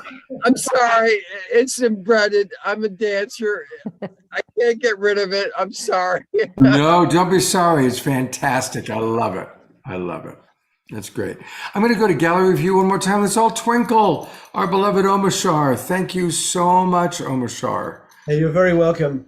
I'm going through a bit of jet lag and what is it? Altitude sickness at the moment. Very interesting. From sea level to 5,500 feet where I am is a weird one. First time I've felt that. I know. Well, we wouldn't have known you did it. Yeah, I had to use my bells and whistles to make my voice sound a bit clearer. Oh, well, thank you so much. And I want to thank Reverend Deb. She does such a great job. I love having you co-host. We got to make this like a monthly thing because I really, and we have a lot of other evolutionary leaders we still need to meet, and a lot of circles left. And along those lines, real quickly, just to remind everybody, do go to evolutionaryleaders.net, get to know all these wonderful, wonderful souls, and absolutely please go to Answer the Call under activities. And if you haven't signed this document already, they're really close to 50,000. We're getting close. You could be the 50,000th person. And if you're the 50,000th person, you get a personal phone call from Reverend Deb Moldau thanking you. No, really, it's beautiful. And also, we've talked about our moment of choice. We did a whole show on this beautiful book where we had Reverend Michael Beckwith and some of the other authors, 40 plus amazing authors. It's a beautiful book. So if you haven't ordered it yet, please, please, please get our moment of choice. And you can get it from Amazon or Barnes & Noble or IndieBound or Beyond Words. So these are ways to support Reverend Deb. Of course, always, I've already signed up on this about 12 times. But definitely sign up on the newsletter. And thank you, Deb. Thank you, Scott. And thank you, Jasmine Bear. Oh, she's getting tired. She's yawning. It's secure. It's like it must be bedtime. It's bedtime. It is. She goes to sleep earlier than I do, and she wakes up earlier than I do. That's kind of how it flows. But thank you so much. And people have been asking to see Jasmine Bear, so here she is with her special Sedona summer cut and her David Bowie T-shirt. This is her David Bowie T-shirt. I don't know if you can see it. But we had to get her a T-shirt so she wouldn't get sunburned. Reverend Deb, thank you so much. And thank you, our wonderful Global Peace Tribe audience. I sure hope to see some of you tomorrow on the Sacred Sunday show. And next week, I didn't show what we're doing on Friday night and Sunday, and I do want to do that. I'm glad I thought about it. On Friday night, two of my closest friends, Donnie Regal and Heather Salmon, I introduced them. They met through me many, many years ago, and they've created the Black Swan Temple, and they teach all about mystical alchemy. And it's a very beautiful, powerful practice. So that's going to be next Friday night. And then, of course, you saw earlier when we talked about we're going to be really honoring Hiroshima and the pathways to peace. And that's going to be on Saturday night. And Jonathan Granoff, is he an evolutionary leader? He, in many ways, he is. But he's not officially part of. Not officially in the community, but I've known him for so many years through our mutual work for peace at the United Nations, and he is of a clarion call for the end of nuclear weapons. Yeah, and then of course Chief Phil Lane. And he is in the community. Yeah, so that's going to be next Saturday night, and then on Sunday. Next Sunday is when we're having the memorial celebration of Celestine Starr, who passed away. And so it's going to be a double header. In the morning, we've arranged for this wonderful woman, Linda Starwolf, who's a shamanic breathwork person, is going to lead us on a 45-minute practice to drop in and connect to the spirit of Celestine. So that's going to be my Sacred Sunday show next week. And then we'll have a little break. And then in the afternoon, we're going to live stream the memorial service for Celestine. So that's going to be next Sunday. Every weekend. I don't know how you do it. You put together 3 magnificent shows. Thank you, Scott. My pleasure. Thank you, Reverend Deb. Thank you, Global Peace Tribe. I'm going to go to gallery view one last time. So everybody smile and send your love. And we will look forward to hopefully seeing you either tomorrow or next week. God's blessings, everybody. Take care. Sparkle, sparkle, sparkle.